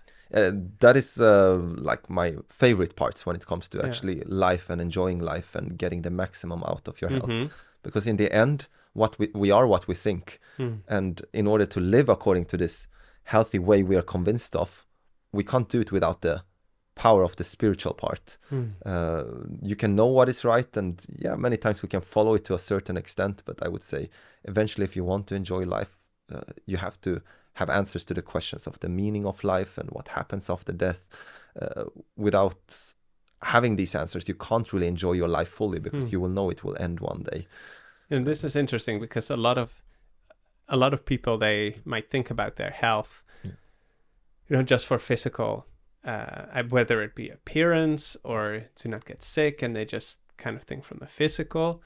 More and more it comes in the mental also, that what you eat is how you think, or you are what you eat. And then as Christians, we may add this layer of what we eat, and the sleep will even affect our spirituality. Can I just mention quickly? Yeah. I think sometimes the temptations for Christians are that we over-focus on the spiritual and neglect like the physical part sometimes. I don't know if you noticed that. I think that could also be a trend, but we need both for sure, and we need that balance. Right. But sometimes we might even neglect our physical health because we feel that the Lord is with us, we pray, and we feel secure that we are in the kingdom of God, and then could neglect these essential parts as well, which I actually think it's a part of the Christian life to follow the laws of health that God has given. Just wanted to Can you you know about the blue zones? A little bit, yeah. Can you share a bit about that? Because I'm thinking now the different things that we've mentioned, they have actually proven to work also, right? And just want to throw that in there because I don't want to forget it. Yeah. All these health laws that you've talked about. Can you explain a bit about what are the blue zones and why is it related to what we've talked about? Well, the blue zones are the parts of the world where people seem to live on an average longer than the general population. Like it's an observational study, so it's not confirming necessarily. You could confirm later, but just asking the question, where on earth do people live the longest, and can we see patterns of their habits? And you started to see some patterns, both when it came to their spiritual aspect of life, their social life, also when it came to the diet that they had, which was mostly plant-based. Also, related to the stress factors, and also abstaining from alcohol and other sugary drinks that we have talked about. So these are kind of the observational studies that eventually helped getting the more ideal diet, and then you could see some parts of these aspects of health. Usually the acronym that we use at the Lifestyle Center where I work at to remember the laws of health is New Start. Like you probably heard about it. I have. Nutrition, exercise, water, sunshine, temperance. We didn't really discuss that one, but that'd be a good one maybe to go into a little bit. A little bit we meant. Temperance, what comes on start? Air. Air, exactly, like fresh air. We talked about that. And rest, and then we have trusting God. Trusting God would be the last there. So that would be kind of spanning through the whole aspects of laws of health there. And so that's what our listeners can try to keep in mind. New Start, maybe we'll repeat it: nutrition, exercise, water, sunshine, temperance, air, rest, and trusting God. Now the temperance, correct me if I'm wrong, it's do the right things in moderation and abstain from the wrong things. I would say that would be the best summary for it. That in the end you can always overdo it. You can always eat too much of what is healthy as well. The point there is that there's a balance, and that's what the law says. Like everything comes in balance, not too little, not too much, but somewhere in between where laws will work.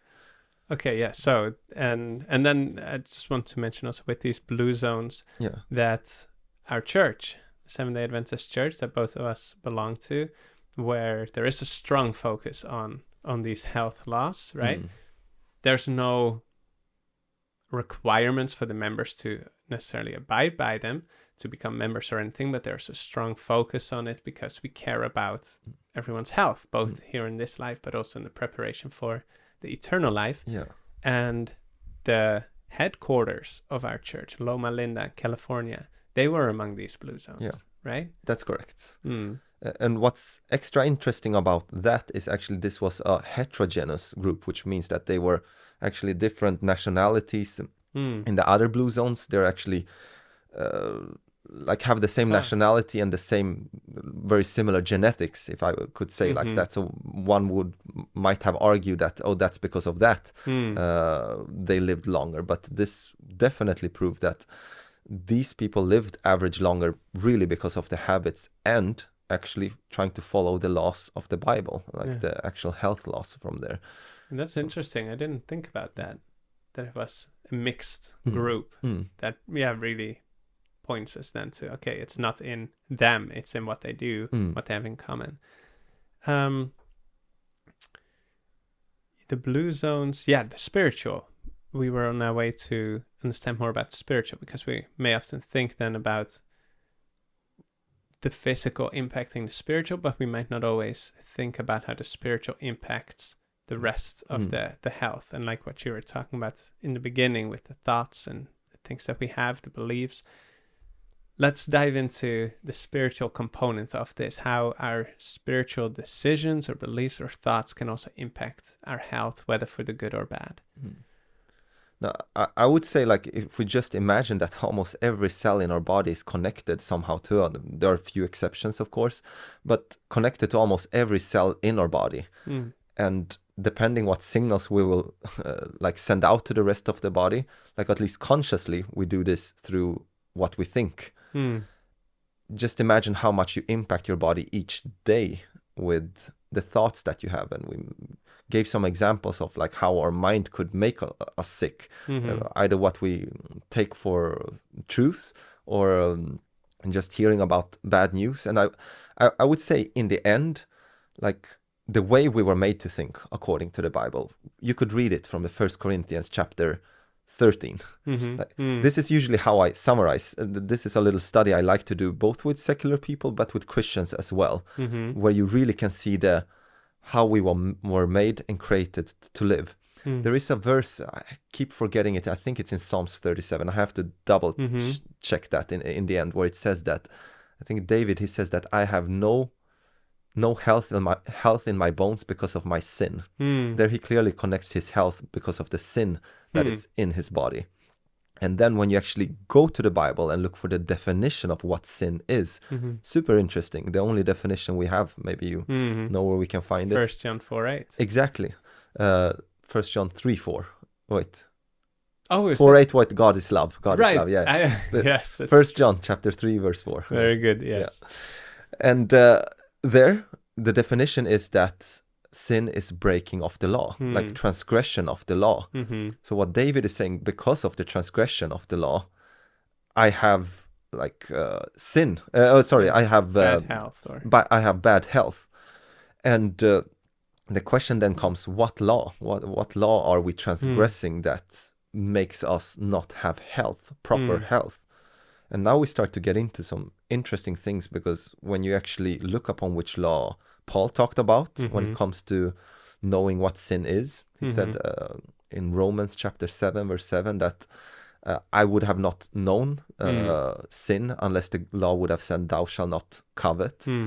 He's referencing the 10 commandments there. And not only that, he summarizes the 10 commandments in the end in Romans chapter 13 and verse 10, that this is love. Like, we were made to have loving thoughts. This is, I would say, the standard of how we are supposed to think and act. And I think when we start to dissect the word love and see what the Bible explains what this is, I think we can understand why when we break this law of love, it will cause harm and disease and chaos. And when we live according to it with the power of God, this will be the most enjoyable life ever. If I can insert something before you continue, just one thing to highlight, like that God is love, right? That was 1 John 4:8. I just said it too early. God is love, and when he makes us in his image, it means we are made in love, to love, and that is why love is at it's our DNA. That is how we were meant to live. It's our operating system. And that is then reflected in these 10 commandments. And when we don't live according to it, this will cause dysfunction in the end. And it will cause disease even. And this will also help us to understand how were we made to think, not only to act, but our minds, what thoughts actually generate health and what thoughts actually will in time degenerate us. So let us now actually, maybe you can guess where I'm going. If we want to understand what is love according to the Bible, where would you go to, like, at least get 1 Corinthians 13. Right. I love that chapter. And why I love it, it is because it's such a practical and beautiful description of what love is. And when we break this, we sin, right? It makes sense. This is what sin is, transgressing the law of love. The way I've illustrated it one time in a YouTube short, where I take a nail and then I use a camera lens as a hammer to try to get the nail in the wall. Now, I cut in time, so it looks like I'm doing it, but I'm not actually. But that is what we are doing. That is what sin is. You're taking something and you're using it for the wrong purpose. When we take our life, the freedom that we have, and we're using it outside of what it's designed to do, outside of these laws of love, I mean, you're going to experience suffering, destruction. It's just a natural result. It's not an angry God who is like, how did you do this to me? Exactly. I'm going to punch. It's like, no, you're using it wrong. Yeah. Right. It's such a good illustration because it really shows that the law is what the law is, and the consequence is that, like, when you break away from that, of course, the result is death, which the Bible also says. And it's not like God is arbitrary when it comes to that. It's just that, the law is what the law is. But let us decide. We will see how much I remember from 1 Corinthians chapter 13. I actually don't have a I think I remember at least some highlights from it, at least from verse 4, which gives a description of what love actually is. And I want us to imagine now, like when we live according to it, how could this not give us health and joy in life? And when we do the opposite of it, of course, this will send the wrong, even I would say, wrong signals to the rest of our body when we think, when the end result of these thoughts, what they will do to our body. So the very first, you even have it. So before I read it, I should remember at least some part. The first part of it, at least, chapter 13 and verse 4 in 1 Corinthians, love is kind and patience, right? So if we think of being kind, of course that's good. And not only that, being kind and patience, like, or suffereth long, it says in King James Version. I like that word. I actually like that one. Suffering. It's like, whoa. Love or charity suffers long and is kind. That even in great suffering, it can still remain kind. But if we think of the opposite, when we would break this law, it would be sin would there be that sin is impatient and unkind. And I think this is something we all struggle with. The easiest sin to break, it is a sin to be impatient and irritated. This also, in the end, sends the wrong signals to the rest of our body and could in time cause dysfunction and disease. When we think about it, it makes sense that we are supposed to love. We were made to be patient and kind. Just think of how, I know with having a son, a 6-year-old, there's absolutely been times where I've been impatient and where something got on my nerves. Even being married to Katja, actually yesterday celebrated 8-year anniversary. But there's been times where obviously even almost, I don't know the frequency, but definitely where you get frustrated, irritated, but you notice how that makes you stressful. And it causes unrest where you would want to feel peace. And that is, of course, with the patience. Patience leads to peace. When you're patient, you're much more collected and you can experience peace. Whereas else you're like frustrated, irritated, and you're acting on emotions that definitely do not lead to peace. And I would say we don't want those feelings, right? Nobody wants it. And I think it's better just to admit that this is not how we were created to think. It is a consequence of sin. And I think we should not excuse it. I'm not trying to minimize, I'm not trying to say it's easy, because that's not the point. Like, never. When somebody gets impatient with me, the Bible says you should never be impatient. So like your sin. Hit them with the Bible. Exactly. No, the point there is that we have to understand the standard of God, that this is the way we would live the best when we live according to the... I think maybe we'll have time to discuss, but how can we get this? This is the more crucial part. Like, how can we get this love? Another thing, what does it say? Love suffers long and is kind. Love does not envy. Like, I think we could imagine, like, where are those thoughts that would generate health, thinking of what others have and what I'm lack and what I wish I would have had? even looking on social media or to your neighbor. Are these the thoughts that would generate life and prosperity? No. And love does not parade itself. Like, it doesn't try to show off it. And I remember this helped me so much. Like, you always have this temptation when you meet new people that I want them to see a good side of me. Right. I want to impress them, but it doesn't help. It's a difficult thought to keep on always trying to show yourself in a better light than you are. But love is humble, you know. You put yourself under so much pressure. Yeah, definitely. And it's not yourself. You trying to give an image that is not correct of yourself. That's even in a sense dishonest. Yes. Yeah. Lying. Yeah. And it's so much easier. Oh, I don't need to parade myself. Why? Because God is my source. What you do and what you care of me, like that will not impact me. Yeah. It's not. Which of course doesn't mean, just to clarify, you're not talking here about if you feel that you're an unkind person, don't try to be kind to other people when you meet them. Yeah. But it's to, of course, you want to be kind and you want to respect them and you want to do good to them, but not for the selfish reasons of I want them to, you know, like me, or your motivation. It's not about yourself, rather about like I want to show you who God is. Like when He's your source and you want to show him, of course you care what people think, but not for yourself, but because of God's honor, you know.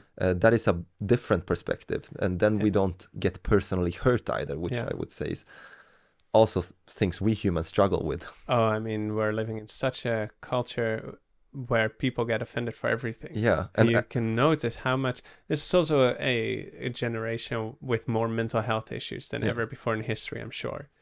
And this, and that is of course why we're talking about love now and the loss of health, is that it impacts both mental health and physical health.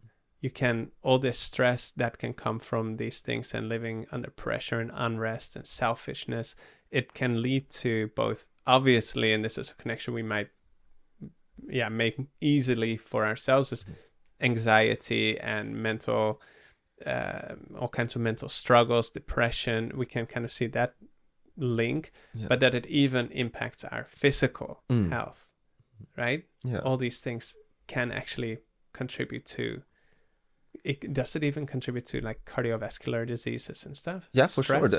A clear connection would be like, if you want to see a physiological explanation, you will have higher levels of cortisol. Right. And cortisol in the end, like it is a cardiovascular risk factor, increased risk for diabetes, other things. Yeah. And even like osteoporosis, like the bone density will even be lower when you're stressed. Interesting verse in the Bible, right? Which says that a merry heart doeth good as a medicine, but a broken spirit draweth out the bones. Like even your bones will get weaker. Yeah. So there you have a cortisol as a connection. Maybe there are others, but for sure. So there's a strong connection between what we're now talking about really living in our design purpose according to this loss of health, which kind of all root in love, and then they're expressed in different ways through the Ten Commandments, in maybe relational interactions, and in the loss of health in more our design and the way we are created. But everything boils to the creation of love, and misaligning that purpose, not living according to that, results in these negative experiences in our mental health, physical health, spiritual health, obviously. But just want to insert that you can continue with. You mentioned like another thing, I will get to it, but it clearly says that love is not provoked. That's why we get offended so many times. And again, I don't use this as, like, I don't get discouraged when I read these things and see that so many times I don't meet the standard. It rather encourages me to see that this was the purpose, how I was supposed to live. I even try to insert my name instead of the word love and see like, am I that? Because I know that God wants me to become like that, and He knows that He sees that I can become like that with His power and help. That's a good exercise. I would recommend actually all our viewers and listeners to do, to replace love or charity, depending on what translation you're reading, with your name. And then, like what you're saying, Fredrik, to make the decision to not feel like a failure because of it, but rather to maybe be convicted. Probably you will be. If not, you have not read it right. but you will feel convicted, but know that it is for your good. Yeah. Right? And know that God is able and willing to help you to come to those standards. And I really even try to reflect on my day. Where did I like maybe fail in this part? The other thing was here, does not behave rudely. Were I rude to my parents or my siblings or the people around me? Were I responding patiently to them?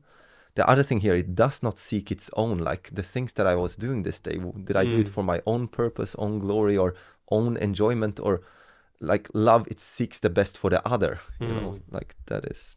And then it comes, it's not provoked. That is an easy one to think about throughout the day. Am I getting provoked? Do people provoke me? When they say something about me, do I take it personally? Do I get offended? That tells us many times who are our sources. Like, who do we want to get this recognition from? Is it from God or people? Or let's expand on that, because I think that there you're tapping on such a crucial point with the term sources. What do you mean with that? With sources is like, I think we could define like one of the needs we humans have is actually love. We really need love. But the interesting part is that if love is a need, all of us needs it, right? We cannot create our own needs around them. I can't like create the air around me to breathe it. It's there and I need to take it into my body. Dependent. I'm dependent. The same with love, right? But it seems like we humans, if all of us has this need, why do we seek it in others? Because they also need it. And you can't take from somebody what they don't have, right? So humans cannot actually be your ultimate love source. And when it is, it will eventually cause issues and problems, and you will not live according to how God created and designed us. And that's why I mentioned, as you said, God is love. He's the only source that we are supposed to take from and then give to others. But when we start to use other humans as our sources for our happiness, enjoyment, then you will get into a lot of relationship difficulties. Because who is it that actually decides if you will get something back or not when you give it to them? It's the other person, right? And the point, the moment when they won't give back what you want, the love, the respect, you will feel empty and you will be in a loss. And or even worse, if they do something opposite or like contrary to giving you what you want, and they hurt you, then you have these bad negative emotions of like anger, disappointment, sadness, which in time will deteriorate your health. So that is such a, what can I say, uncertain way of living if you use other people as your love source. Because they are the ones deciding if you will get something or not. We are trying to invest in them so that we get something back. And when we don't, we are disappointed. And I would even say, and I know that's what you think too, is that it's not just for love, it's for validation, it's for acceptance, it's for purpose, it's for security. All our needs that we have as humans, that we all share, no matter what generation, no matter what culture, no matter anything, position in society, we all have these needs. And then, like what you're saying, when we're all in need of those things, we can't get it in each other because we can't give it to others. And if we do, it may look like it, but it's actually not the real version. No, it's the like selfish one. If I want to show, if you're coming and you seek love in me and I can give a certain love, but then that's actually motivated not from me as a selfless thing, but I'm actually wanting to get something from you. And it's difficult to actually see the distinctions until one of the sources stop giving, or like that's the thing. Because when that works, when you keep giving, right? Even though it's not genuine, but it satisfies me, and I give you, and it satisfies you, even though it's not the genuine thing. But hey, we're fine, we're good. But then problems come when one person doesn't do something according to our expectations. And I would say that this is, I found out later that this is the greatest proof that when you're using somebody else as your source of these things that you mentioned, love, security, compassion, belonging, it is when you get frustrated.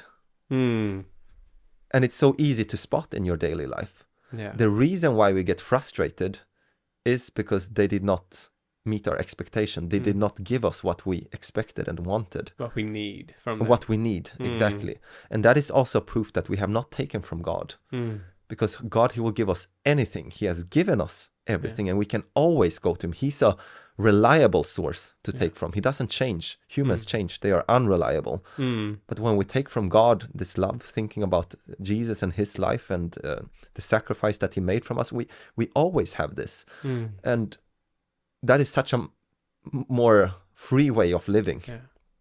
For me, when reading through the Psalms, there's a lot of mention of God as this tower or like a refuge and kind of like this solid place. And I never really necessarily understood that. I'm like, okay, whatever. I don't know. But I'm understanding that more and more, especially with this concept that we're now talking about, because circumstances that we else might use to try to fulfill and satisfy our needs, they're totally unreliable. The job, it may change. They may fire us. A colleague may say something that makes us feel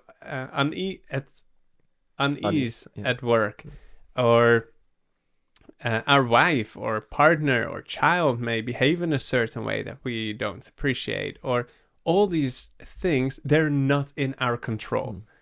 And that is why life becomes so stressful, because we're trying to get what we think we need, but the only way to get that in our thinking is from sources that are out of our control. I mean, that is a recipe for anxiety. And it's even interesting that you mentioned that is what we started doing with our sources that we use in the end, that harms them in the end. Because they are unreliable, we start to try to control them. Because that is so interesting, because we want a reliable source. So how do we start to control them? Sometimes it can be with apparently good thing, giving them more gifts, giving them what they need so they can behave the way we want. Some use the more negative things with guilt tripping people into doing the things that we want. And even when we know that they're supposed to do something good, you can start to try to control them in a way that, I think maybe it's easy to see sometimes as a parent, like you want them to do the right thing, and it's difficult to, It's powerful. That's deep. That explains so much of our human psychology, of how we behave. And it's such a great contrast to how God works with us, like how absolute freedom he actually gives to us, that we can smoke ourselves to death. He knows it's wrong. He doesn't send a lightning bolt to take it out from us. We can eat ourselves to death. He respects our choice to that degree, that freedom. Because he only accepts like this free service and love back to him. And that makes him really that rock that we can depend on. So that tower, I start to understand it, that he is that safe, unchanging place. And that is what gives us it's like an anchor. It gives us the stability, reliability.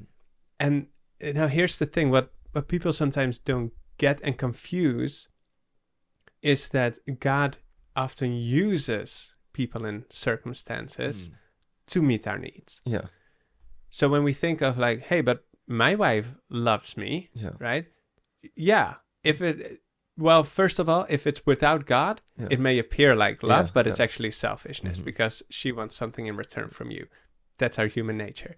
But I believe that among Christian, in a Christian marriage, yes, you may actually have that selfless love and receive it from your wife, but your wife is not the source of that love. She's the channel of that love. The conduit.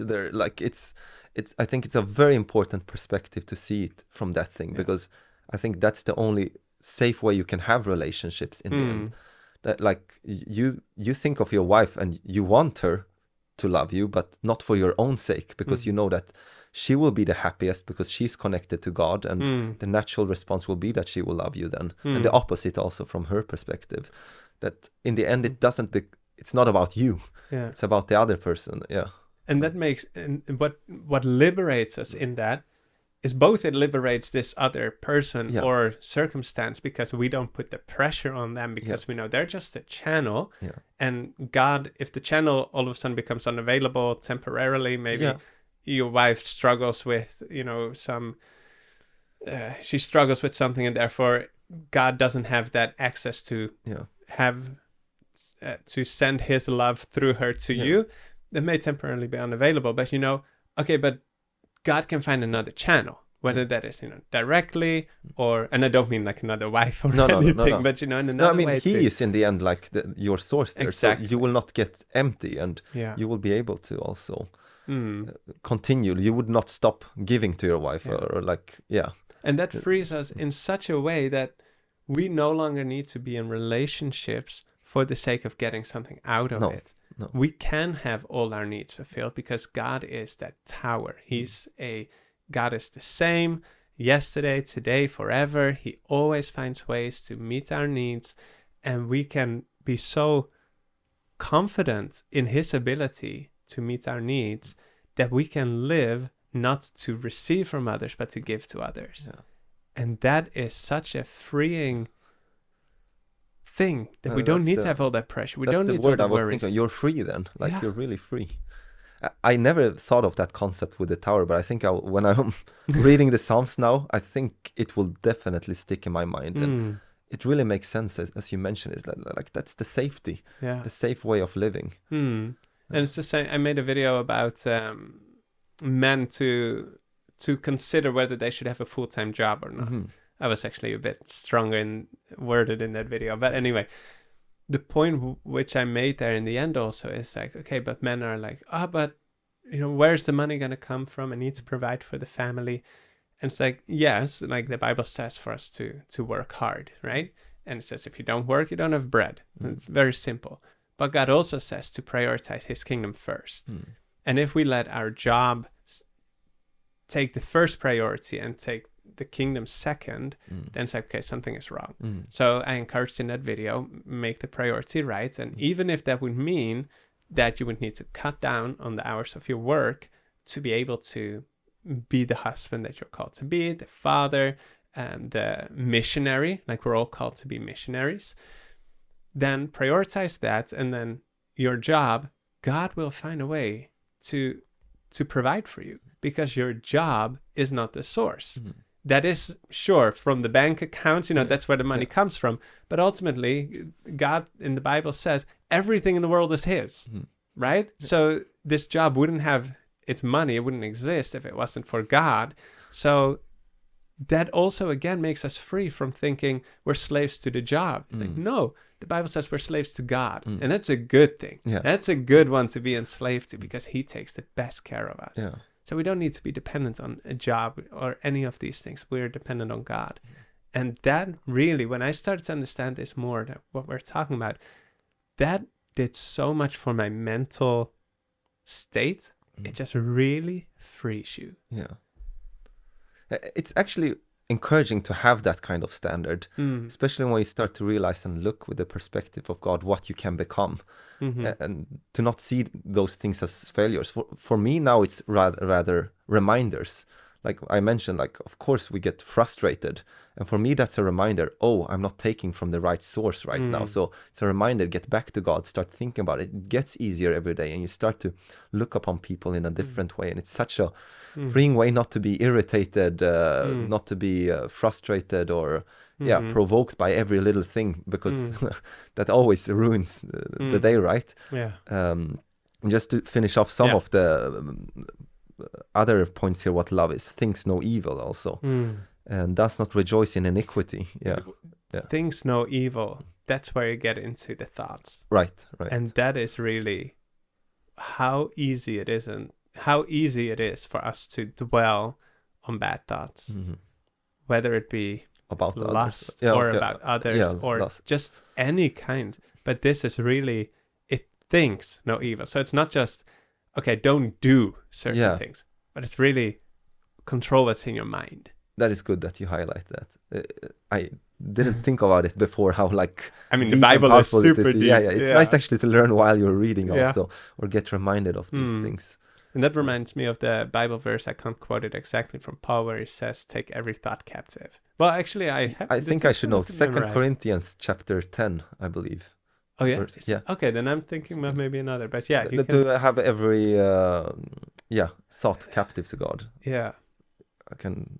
Yeah, at least there's several. There was one that I'm thinking about, the stronghold, and make every thought obedient to I Christ. think I can find it quickly here. It should be. It was not this one. Casting down arguments and every high thing that exalts itself against the knowledge of God, bringing every thought into captivity to the obedience of Christ. Yeah, that's the one. Yeah, so that really talks about the mental state, the thoughts that we dwell on.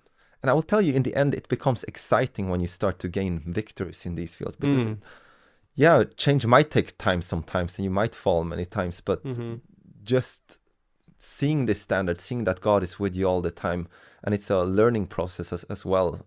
We don't need to get discouraged, rather emboldened. And somehow God's love and mercy seems so much more beautiful when we have fallen and come up again. And the righteous man falls 7 times but gets up. It's probably one of my favorite verses. So encouraging, eh? Yeah. And the fact that God says that, right? It's him giving the permission not to seek to fall, but his understanding. That, And he will be our light.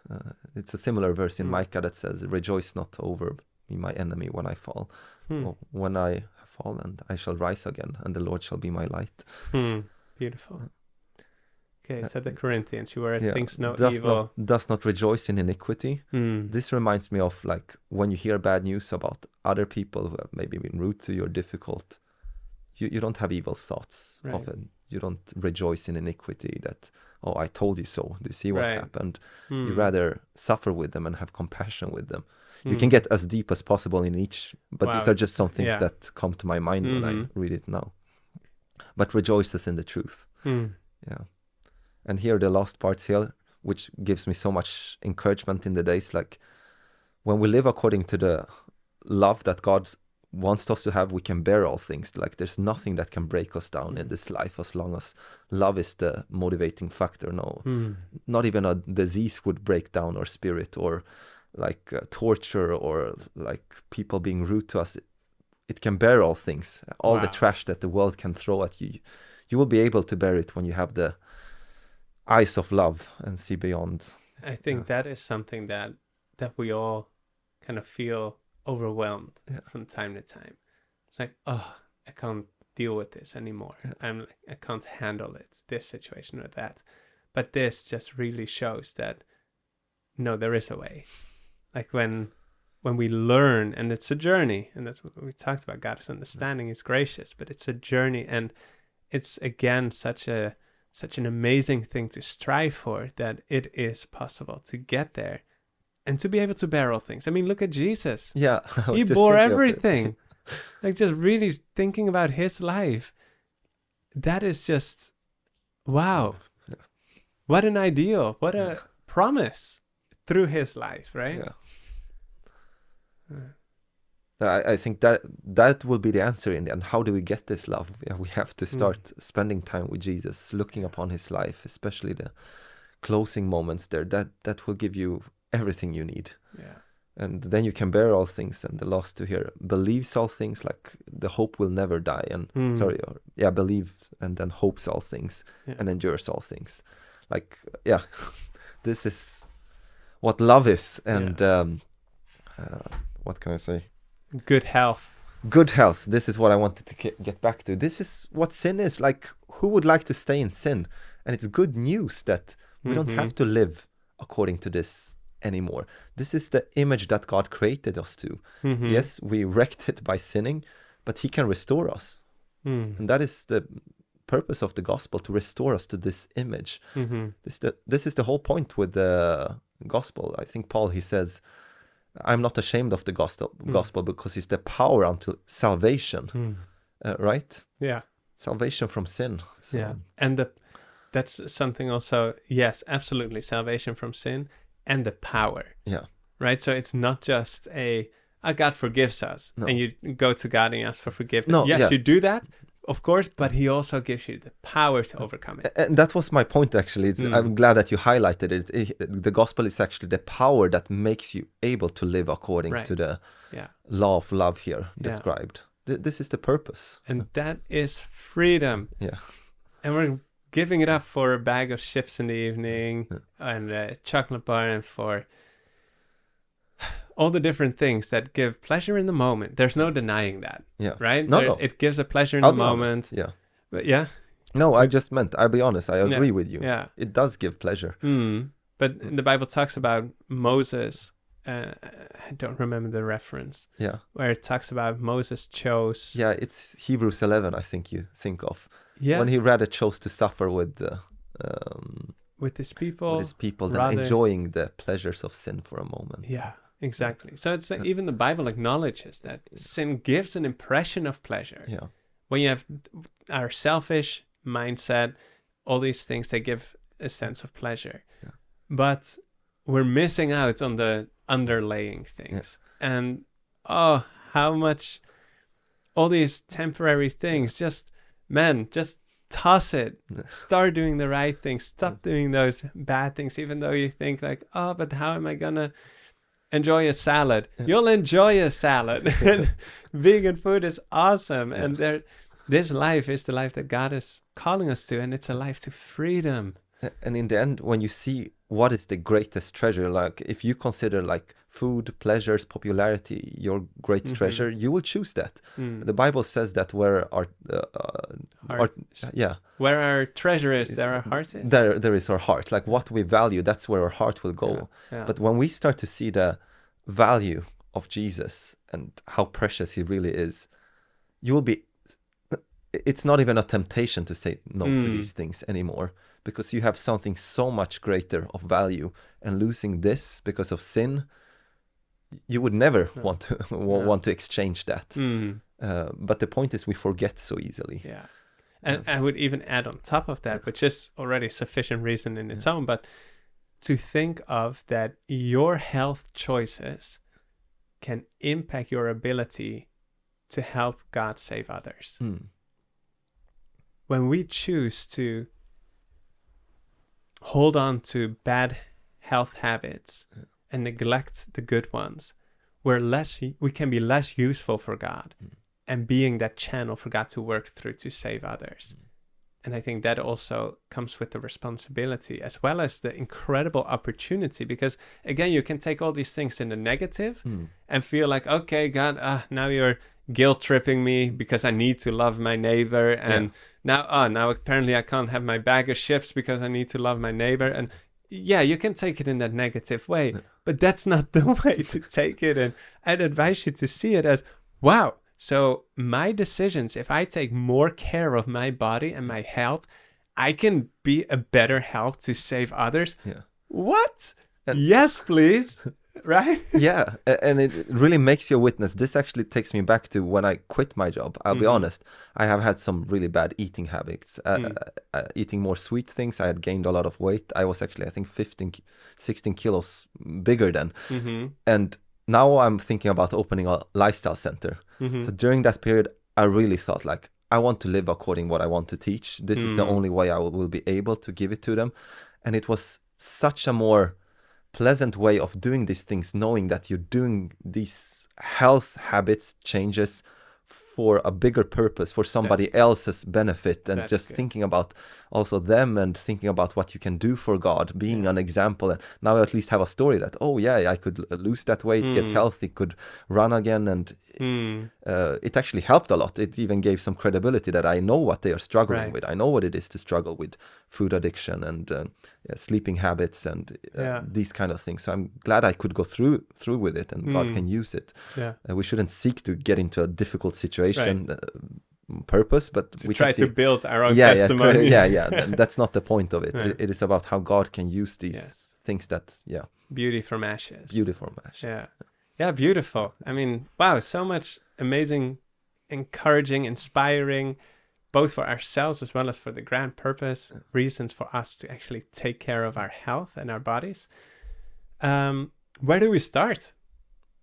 Now that the listener is like, okay, yes, whatever it was that motivated them, they want to take care of their health. What would be the first, say, 3 things you would say, okay, start here? Okay. It's a hard question it's a hard because question. It's of course very personal. I wish my website would have been done where I could just guide them there, and because I always try to make it step by step and make it as simple as possible. This is how you can live your daily life. Simple, small changes. But once the website is done, we'll put it in the description. No, right now it's a Patreon website, on Patreon. A lot of my. But we can put the link. Okay, we can that put can it. help people further. Live again. We'll put it. Okay. What was the name? Live Again, I think. Again. Yeah. Okay. But if I would speak to a Christian audience related to health, the first thing I would do, the spiritual health when it comes from the Bible, I think that the thing that has impacted me the most is to really take your time in the mornings, to have your prayer morning devotions and really think about the life of Christ. Like take moments to remember the scenes of his life, his humility, how misunderstood he was, how compassionate he was, even to the worst of sinners. And not only that, his love that went into the sacrifice, hanging there on the cross and not thinking about himself, being concerned about their sin, forgiving them. This will change you for sure. It's really building the foundation. Yeah, right? The right sources, and this is what will get you motivated to actually do the right choices, because in the end, yes, we can have all this behavioral therapy and try to teach yourself to have these correct habits. The willpower, exactly. But I would say that it will not last for eternity. We don't need willpower, we need cross power. Okay, I like that. I never heard it before. I've never thought of it before. Yeah, you just made it. I might use it in the future then. Yeah, I like that. Let's share this quote on Instagram. Yeah. I'll be quick with it. That would be one thing when it comes to health. What was your original question? Because first 3 steps. First 3 steps. I'm tempted to say sleep again because, but I mean, if that is so, then it does help a lot. I'm thinking of people who do struggle with it to try to get it in order, because it really will help your thinking better. But I would also encourage people who do struggle with sleep to not be stressed or discouraged. Like if it doesn't happen, like we do our best and don't beat yourself up the whole time. And if it doesn't happen, because even with less of sleep, Jesus also had some sleepless nights when he just prayed. He got power from God and he could live out. I can give a practical tip there that my wife has used. And it was actually resulted because we started working with our son with like stickers and stuff, with just enforcing good behavior and things. And actually my wife felt, I think that would help for me too. So she actually we made this a page where it was then just boxes with 1 to, I think her goal was like 50 or something. And then when she was laying in bed in time, right before she lay down, she could put a sticker. And it's just a small thing. It seems insignificant. It almost seems like immature, but it helps. I think maybe there may be a physiological thing with dopamine and stuff related to it all, but it helps. So maybe that can help for whoever is listening that might struggle with sleep. Try it out. Put it and then think of at the end, maybe there's like a reward or something that you can get for it. Let me think also then after the sleep, when it comes to the actual physical health, if I could incorporate all these, both the exercise and the food, actually the whole new start thing with which we talked about. Squeeze those 8 into one.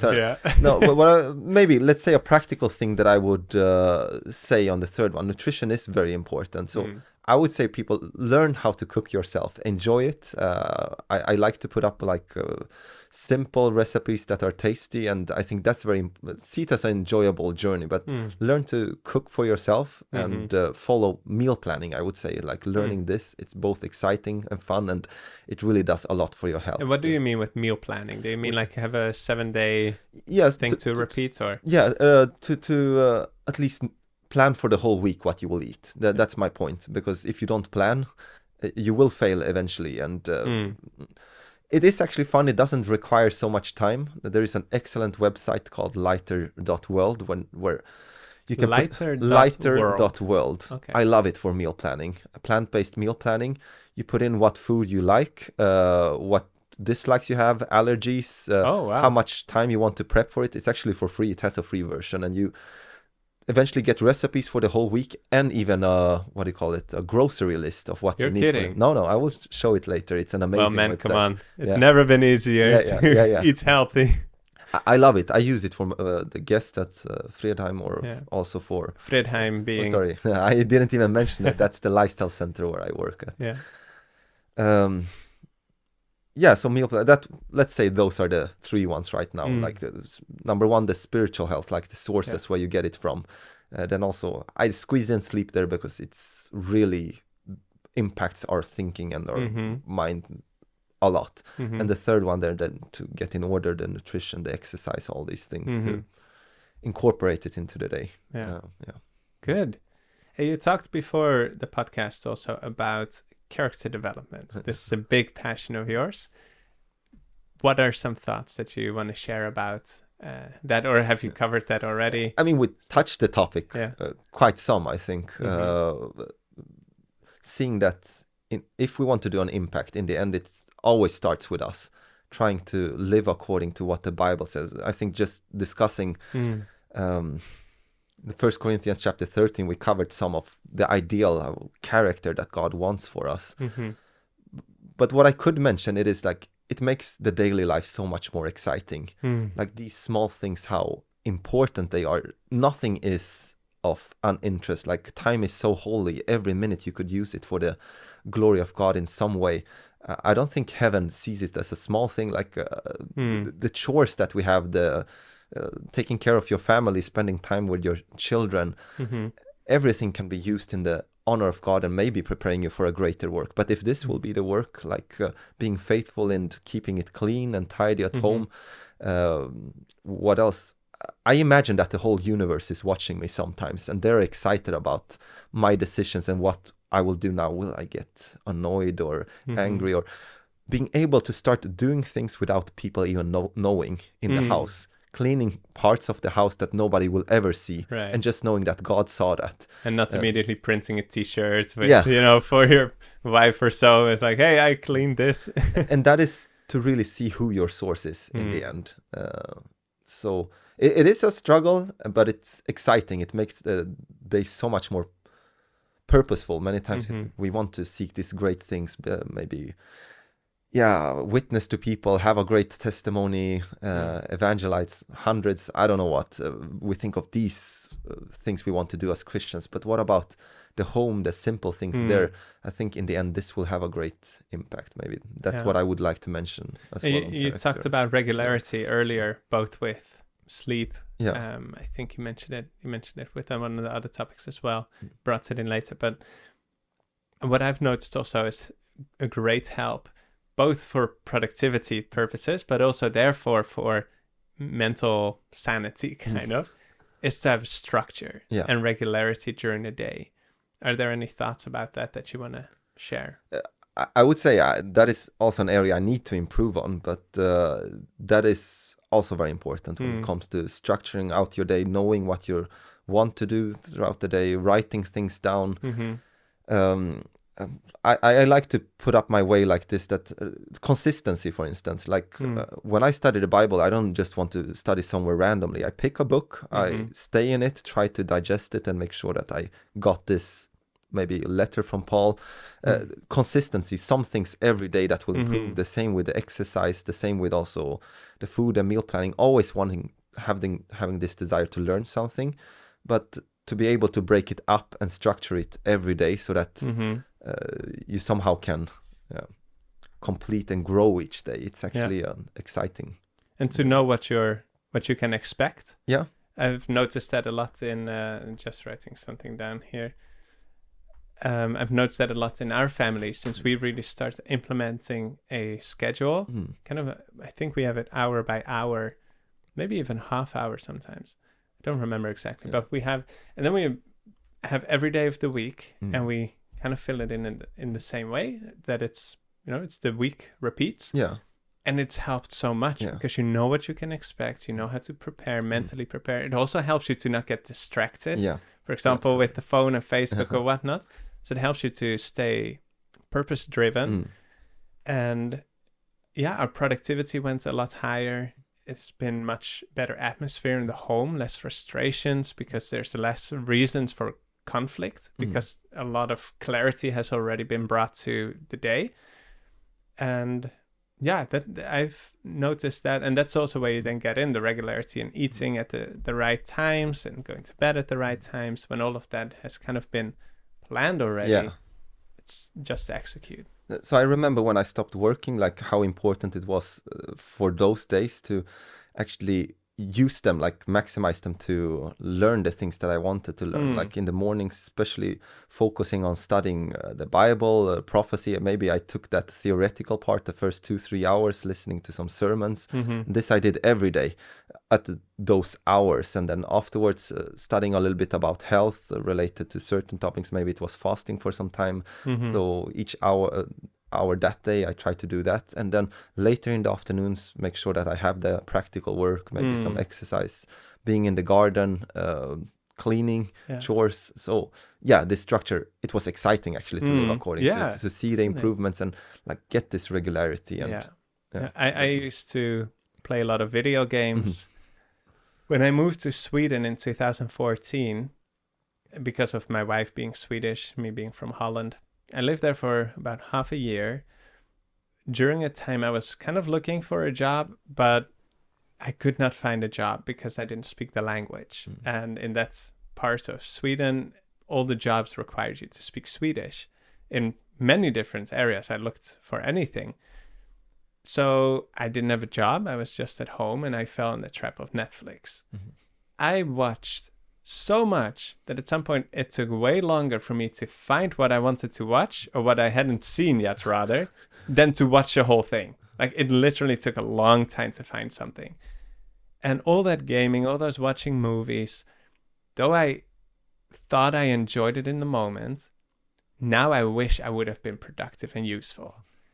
It's those things, not to get into those topics necessarily, but to highlight our desire, because I don't think it's just me, but our desire to want to be useful. That is something that we crave. It's something that helps us, motivates us, helps us with our mental health when we're being useful. And I think the structure in that can help a lot to not get distracted by all kinds of short-term wins, how we perceive them, but actually to go for those long-term sustainable wins. Was there anything more that you want to share about the daily? No, I think. Okay, then before we get to the Sevvie Zone, I just want to ask: is there any literature that you can recommend, like any books on health that are digestible for people who are totally new to kind of the health, and not all kinds of super advanced medical books, but there are some books that I really enjoyed having and reading. Apart from the Bible, of course, which I think is the best collection of books. When it at least came to gut health, I remember there was a book, actually a recipe book, kind of blended into a book called Fiber Fueled by Dr. Was it Will Bulsiewicz, I think. An excellent book on like plant-based diet, gut health, good recipes, also especially for people who struggle with gut issues. That is an excellent resource that I like to recommend to people. Another thing, I just saw that you have the book here, The Ministry of Healing. Yes.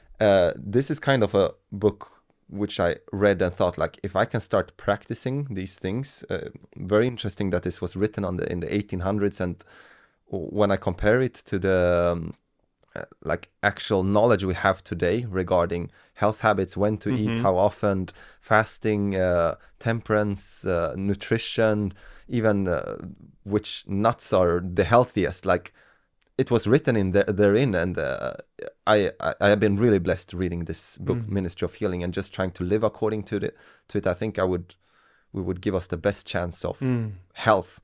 This is also the book where this laws of health are written down in, like pointed out with the sunlight, exercise, the nutrition, the whole New Start thing. More expounded on. Are expounded, both expounded and mentioned. Yeah. Okay.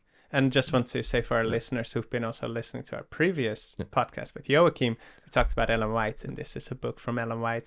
And we've seen in that podcast episode that we believe that she's a prophet. She has she meets all those criteria, lived 150 years ago. It's really God's grace in wanting to help us to, well, in this case, even live more healthy, right? It's so beautiful. God uses people all throughout the Bible. I mean, that is what the Bible is. It's a collection of writings of prophets. So God is just continuously caring for his people and helping them where they struggle, whether it is with biblical knowledge and understanding prophecies, whether it is for family life. That's what we talked a lot about with Joachim in the previous episode. But also, and that is why we recommend this book, healing, like health. God wants us, like it says in John, in one of the letters of John, I wish you would prosper and be in good health, right? Yeah. Is it in one of the Johns, or is it second, Timothy? No, it's Second John. Second John, yeah. God cares about our health. God wants us to feel good, and for all these different reasons. And this book, I really see how God's hand has been leading that in practical ways that we can implement in our lives. And it's a great book. Definitely can recommend it. The Ministry of Healing. You can buy it on whatever websites, online websites, but you can also get it for free on YouTube. I think there's free audiobooks. You'll find free ebooks online as well. Legal, which is awesome. So make sure to read that book. It's a great book. Any other resources you can recommend? I think that covers most of it, but I also mentioned like something that has helped me when it comes to meal planning and nutrition is this website, lighter.world. I use it a lot. That covers most of it for nutrition and how to learn to cook simple recipes. That's awesome. I'll tell Katja about it. That's well, you're here in our home. I might probably will come up. Yeah, that's great. Anything else before we get into the Sevvie Zone? I have nothing. All right, let's go into the Sevvie Zone, where we take a few minutes where we can share some thoughts directly to Seventh-day Adventists. So is there any thought that you have, whether it's related to this topic or another thought that maybe in the week or for a while you've been like, oh, I wish I could say this to Adventists? Yeah, I would say when it comes to especially the spiritual part of the health, and as we talked about sources, what to use to, how to make God your source, an excellent resource that is done from a lifestyle center in America, UC Pines. They have this series called The Law of Life. I would say everybody should listen to it, try to live according to it, and learn how to teach it to others. It would really change the world. How do they find that exactly? How do they find it? I would go into YouTube and search for Law of Life, Mark Sandoval. I think that would help. My favorite, series there is the one made 2018. It's like 15 lectures, I believe. So around 15 hours. I think anyone can invest in that, and it will be greatly rewarded. Can you listen to it while you're making food or something, or is it really you should sit down and listen? Sometimes I do it like that. You can do it to get an interest, but eventually when you want to actually learn the things, practice the things, you should actually sit down, maybe even take notes. Okay. It's a good resource. My wife talks about it a lot too. And that is also covering a lot of what we have talked about actually. Something I would like to bring up in the Sevvie Zone is the importance of the health message. That we believe that the world is going to get worse and worse. Like Bible prophecy tells us, sin will increase, meaning there will be more and more sickness, right? People are, and you notice this all around. You've noticed, you've shared some examples. Well, your examples were actually more directly the spiritual ones, but there's many people that I've met, and I'm sure you have met too, that are interested in health, that are open-minded people, that are interested in health, and when we can help them with their temporary need, with their health need, it may also open the door for what you talked about in the beginning of the episode, that spiritual component, which may not be so easy to do within the system. That's not where people can find it when they go to a hospital. They won't hear about Jesus, right? But we can be instruments, even if you feel like you're not a health person at all. Even they can learn things that can be a blessing to others. And therefore, I mean, that's how Jesus, he healed people, and then he pointed people to the greater hope and sin no more and all these things. So he connected the physical with the spiritual. And I think that the closer we come to Jesus' second coming, this message, we can be so helpful with bringing out these health benefits, because many things you notice immediately. It's like an evidence, whether it takes 10 days. I mean, what's 10 days? It's nothing. And if you then notice all kinds of health improvements, I mean, that's a great way to be like, okay, you got my attention, right? So I think it's a very important thing for us to invest in, to learn more about this, even if it's just the basics. You don't need to become like you, who knows a lot. Even if you just know the basics, that makes you a more useful worker in God's field. Is there something more you want to add to that? Like, I think you covered most of it, but I would like to emphasize, like, this is part of my burden, to, especially the last thing that you mentioned there, that in a sense, it's such a beautiful message, and anyone should be able to know the simple parts of it.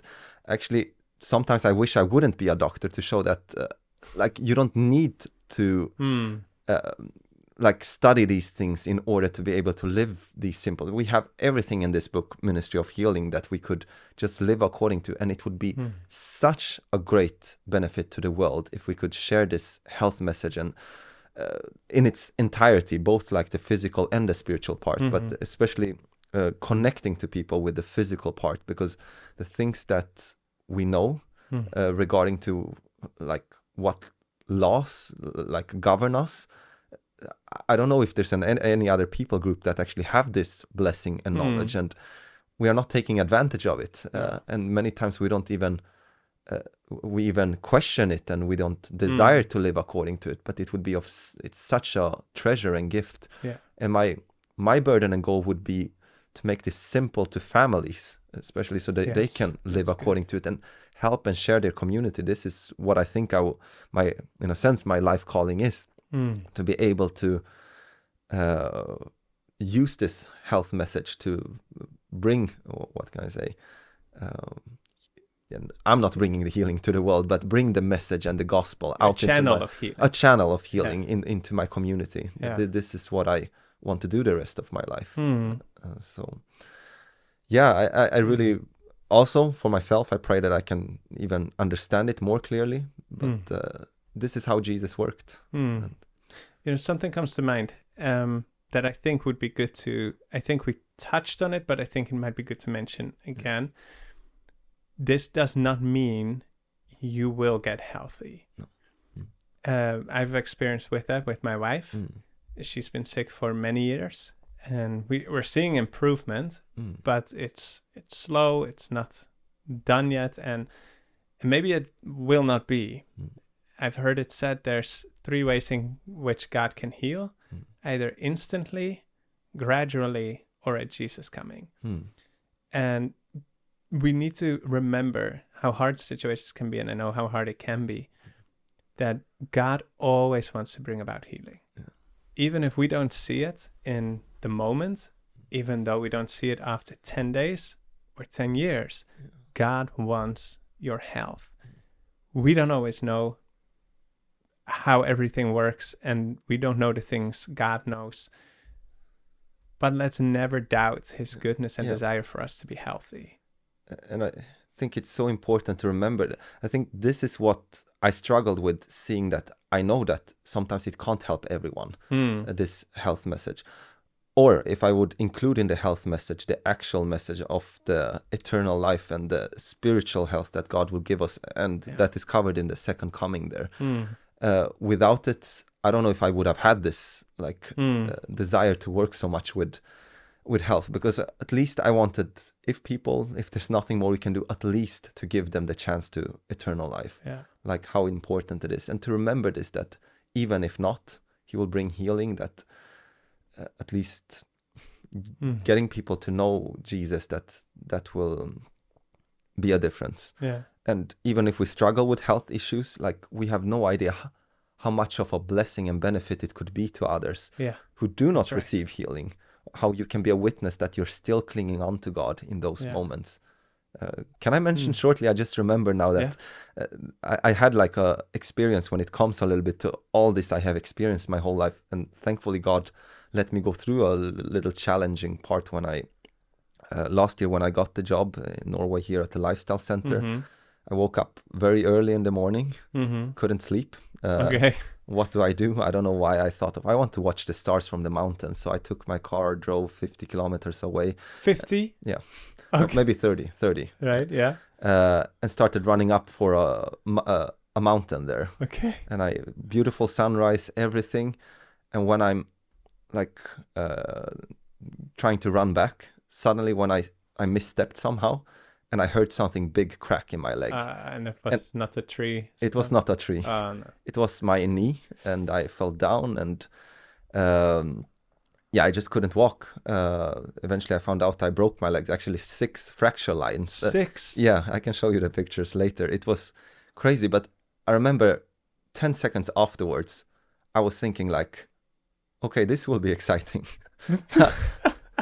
How will God help me through this? And I was even thinking, wow. What if not? I really, if I wouldn't have had my phone there, I probably wouldn't have made it. Wow. Eventually, the helicopter got me, and I got an exciting ride in the morning with the helicopter and everything. Wow. But I remember in those moments not being afraid, and also thinking like I'm overthinking things like the leg there getting swollen. What if I will never be able to walk again? What if they will amputate my leg because it took too long, because I couldn't feel anything, and I didn't know what would happen.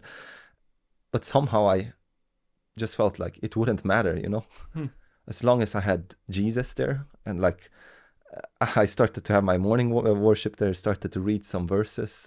In the hospital? No, this is when I'm out in the mountains in the cold, like it was raining, and waiting for the helicopter. And then you were taking out your phone and started to read a little bit, and thinking on just looking forward to this journey now, to maybe, hopefully they would find me and save me, and looking forward to maybe one day I could help somebody who's going through a similar experience. I wanted to be somehow a testimony that even if I wouldn't be able to walk again, even if I wouldn't survive, I recorded the testament just in case.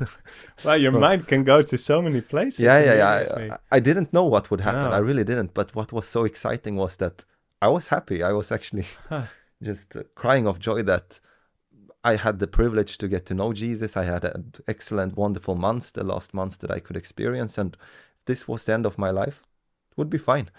But if not, I was looking forward to somehow be a testimony. Even if I wouldn't get healed, even if I wouldn't get my full strength back, to be able to say that, comfort somebody who's going through something similar. And that was, I was so thankful to God for that experience, because like I always somehow intellectually knew this when I like became a Christian, that you can go through anything, but it felt so nice that to actually be able to experience that and feel like, even if I'll die now, at least I have Jesus, which is the most precious thing in life. And somehow giving this to people in the end, this precious gift of Jesus, is what will motivate me in the end, even in the health work, because it doesn't always help, but that will for sure help. And that is so beautiful, that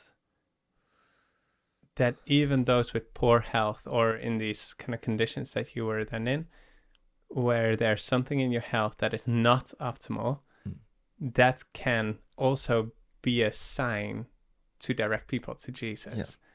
And that is that amazing thing. But that demands this selfless attitude in us, to be able to enjoy that, see the purpose in it, and be patient throughout it all, and actually need to go through suffering. But if you see past all that, and you can see that and trust that God can work through that to show people, then okay, maybe it's not the side of healing that you would thought to uplift. Maybe that is not for you in this case, but you can uplift Christ, and you can show that He's the one that helps me to make it through. Way. I think so too, because that is ultimately what it is about. So just wanted to make sure that people also feel encouraged when they listen to this. And I know what it is like to implement lots of health changes and wish it would do something for you. Well, in this case, then my wife, and then not seeing the result. Say, don't give up. Do what is right because it is right. And trust that God will take care of you. He will never let you go through anything that wouldn't serve a bigger purpose. He protects you, and just keep trusting God. Keep running to him and make him truly your refuge. Amen. Well, now is the third guest of the episode as we come to the end. You can choose one of these bow ties, and then you can pose with it for a picture that we can hang on our wall of guests here behind you. So as you reason, you can share a bit out loud how you're thinking. Usually it's difficult. It really is. I think I will just decide for one and without no real reason, but I'm thinking of the, yeah. Oh yeah? Which one are you thinking? I was thinking of the blue one first, but I'm way too blue today, so I wanted some contrast at least. And but you said something before the episode. You're a bow tie person. I'm a bow tie person for sure. Yeah. I have had like the colors I used to have was like a really intense blue bow ties, or black ones, the classic ones, and also a lime green ones. Okay. So. Just like your car now. Yeah. Okay, cool. Because the mission school I went to, that was their color. So Sevvie Zone, that's right. So I actually think I will go for the one in the corner, the green one. Yeah, go ahead. Yeah. You can take it, and then you can sit down for a minute to look into that camera and encourage our, in this case, our watchers, maybe more, viewers, maybe more, but to live different, as is our slogan here. So I just say live different, or? Yes, you hold it in front of you. Yeah. And then, of course, that's like a real holy man, right? All right. And then you can say live different. Yeah. I should have practiced more. But live different. That's good. And then you can stand here with the bow tie, and then I will take a photo of you with the Polaroid camera, and then we'll hang that up behind the guest on the wall there. Okay. Yeah, you can hold it in front of you. Okay. And a big smile.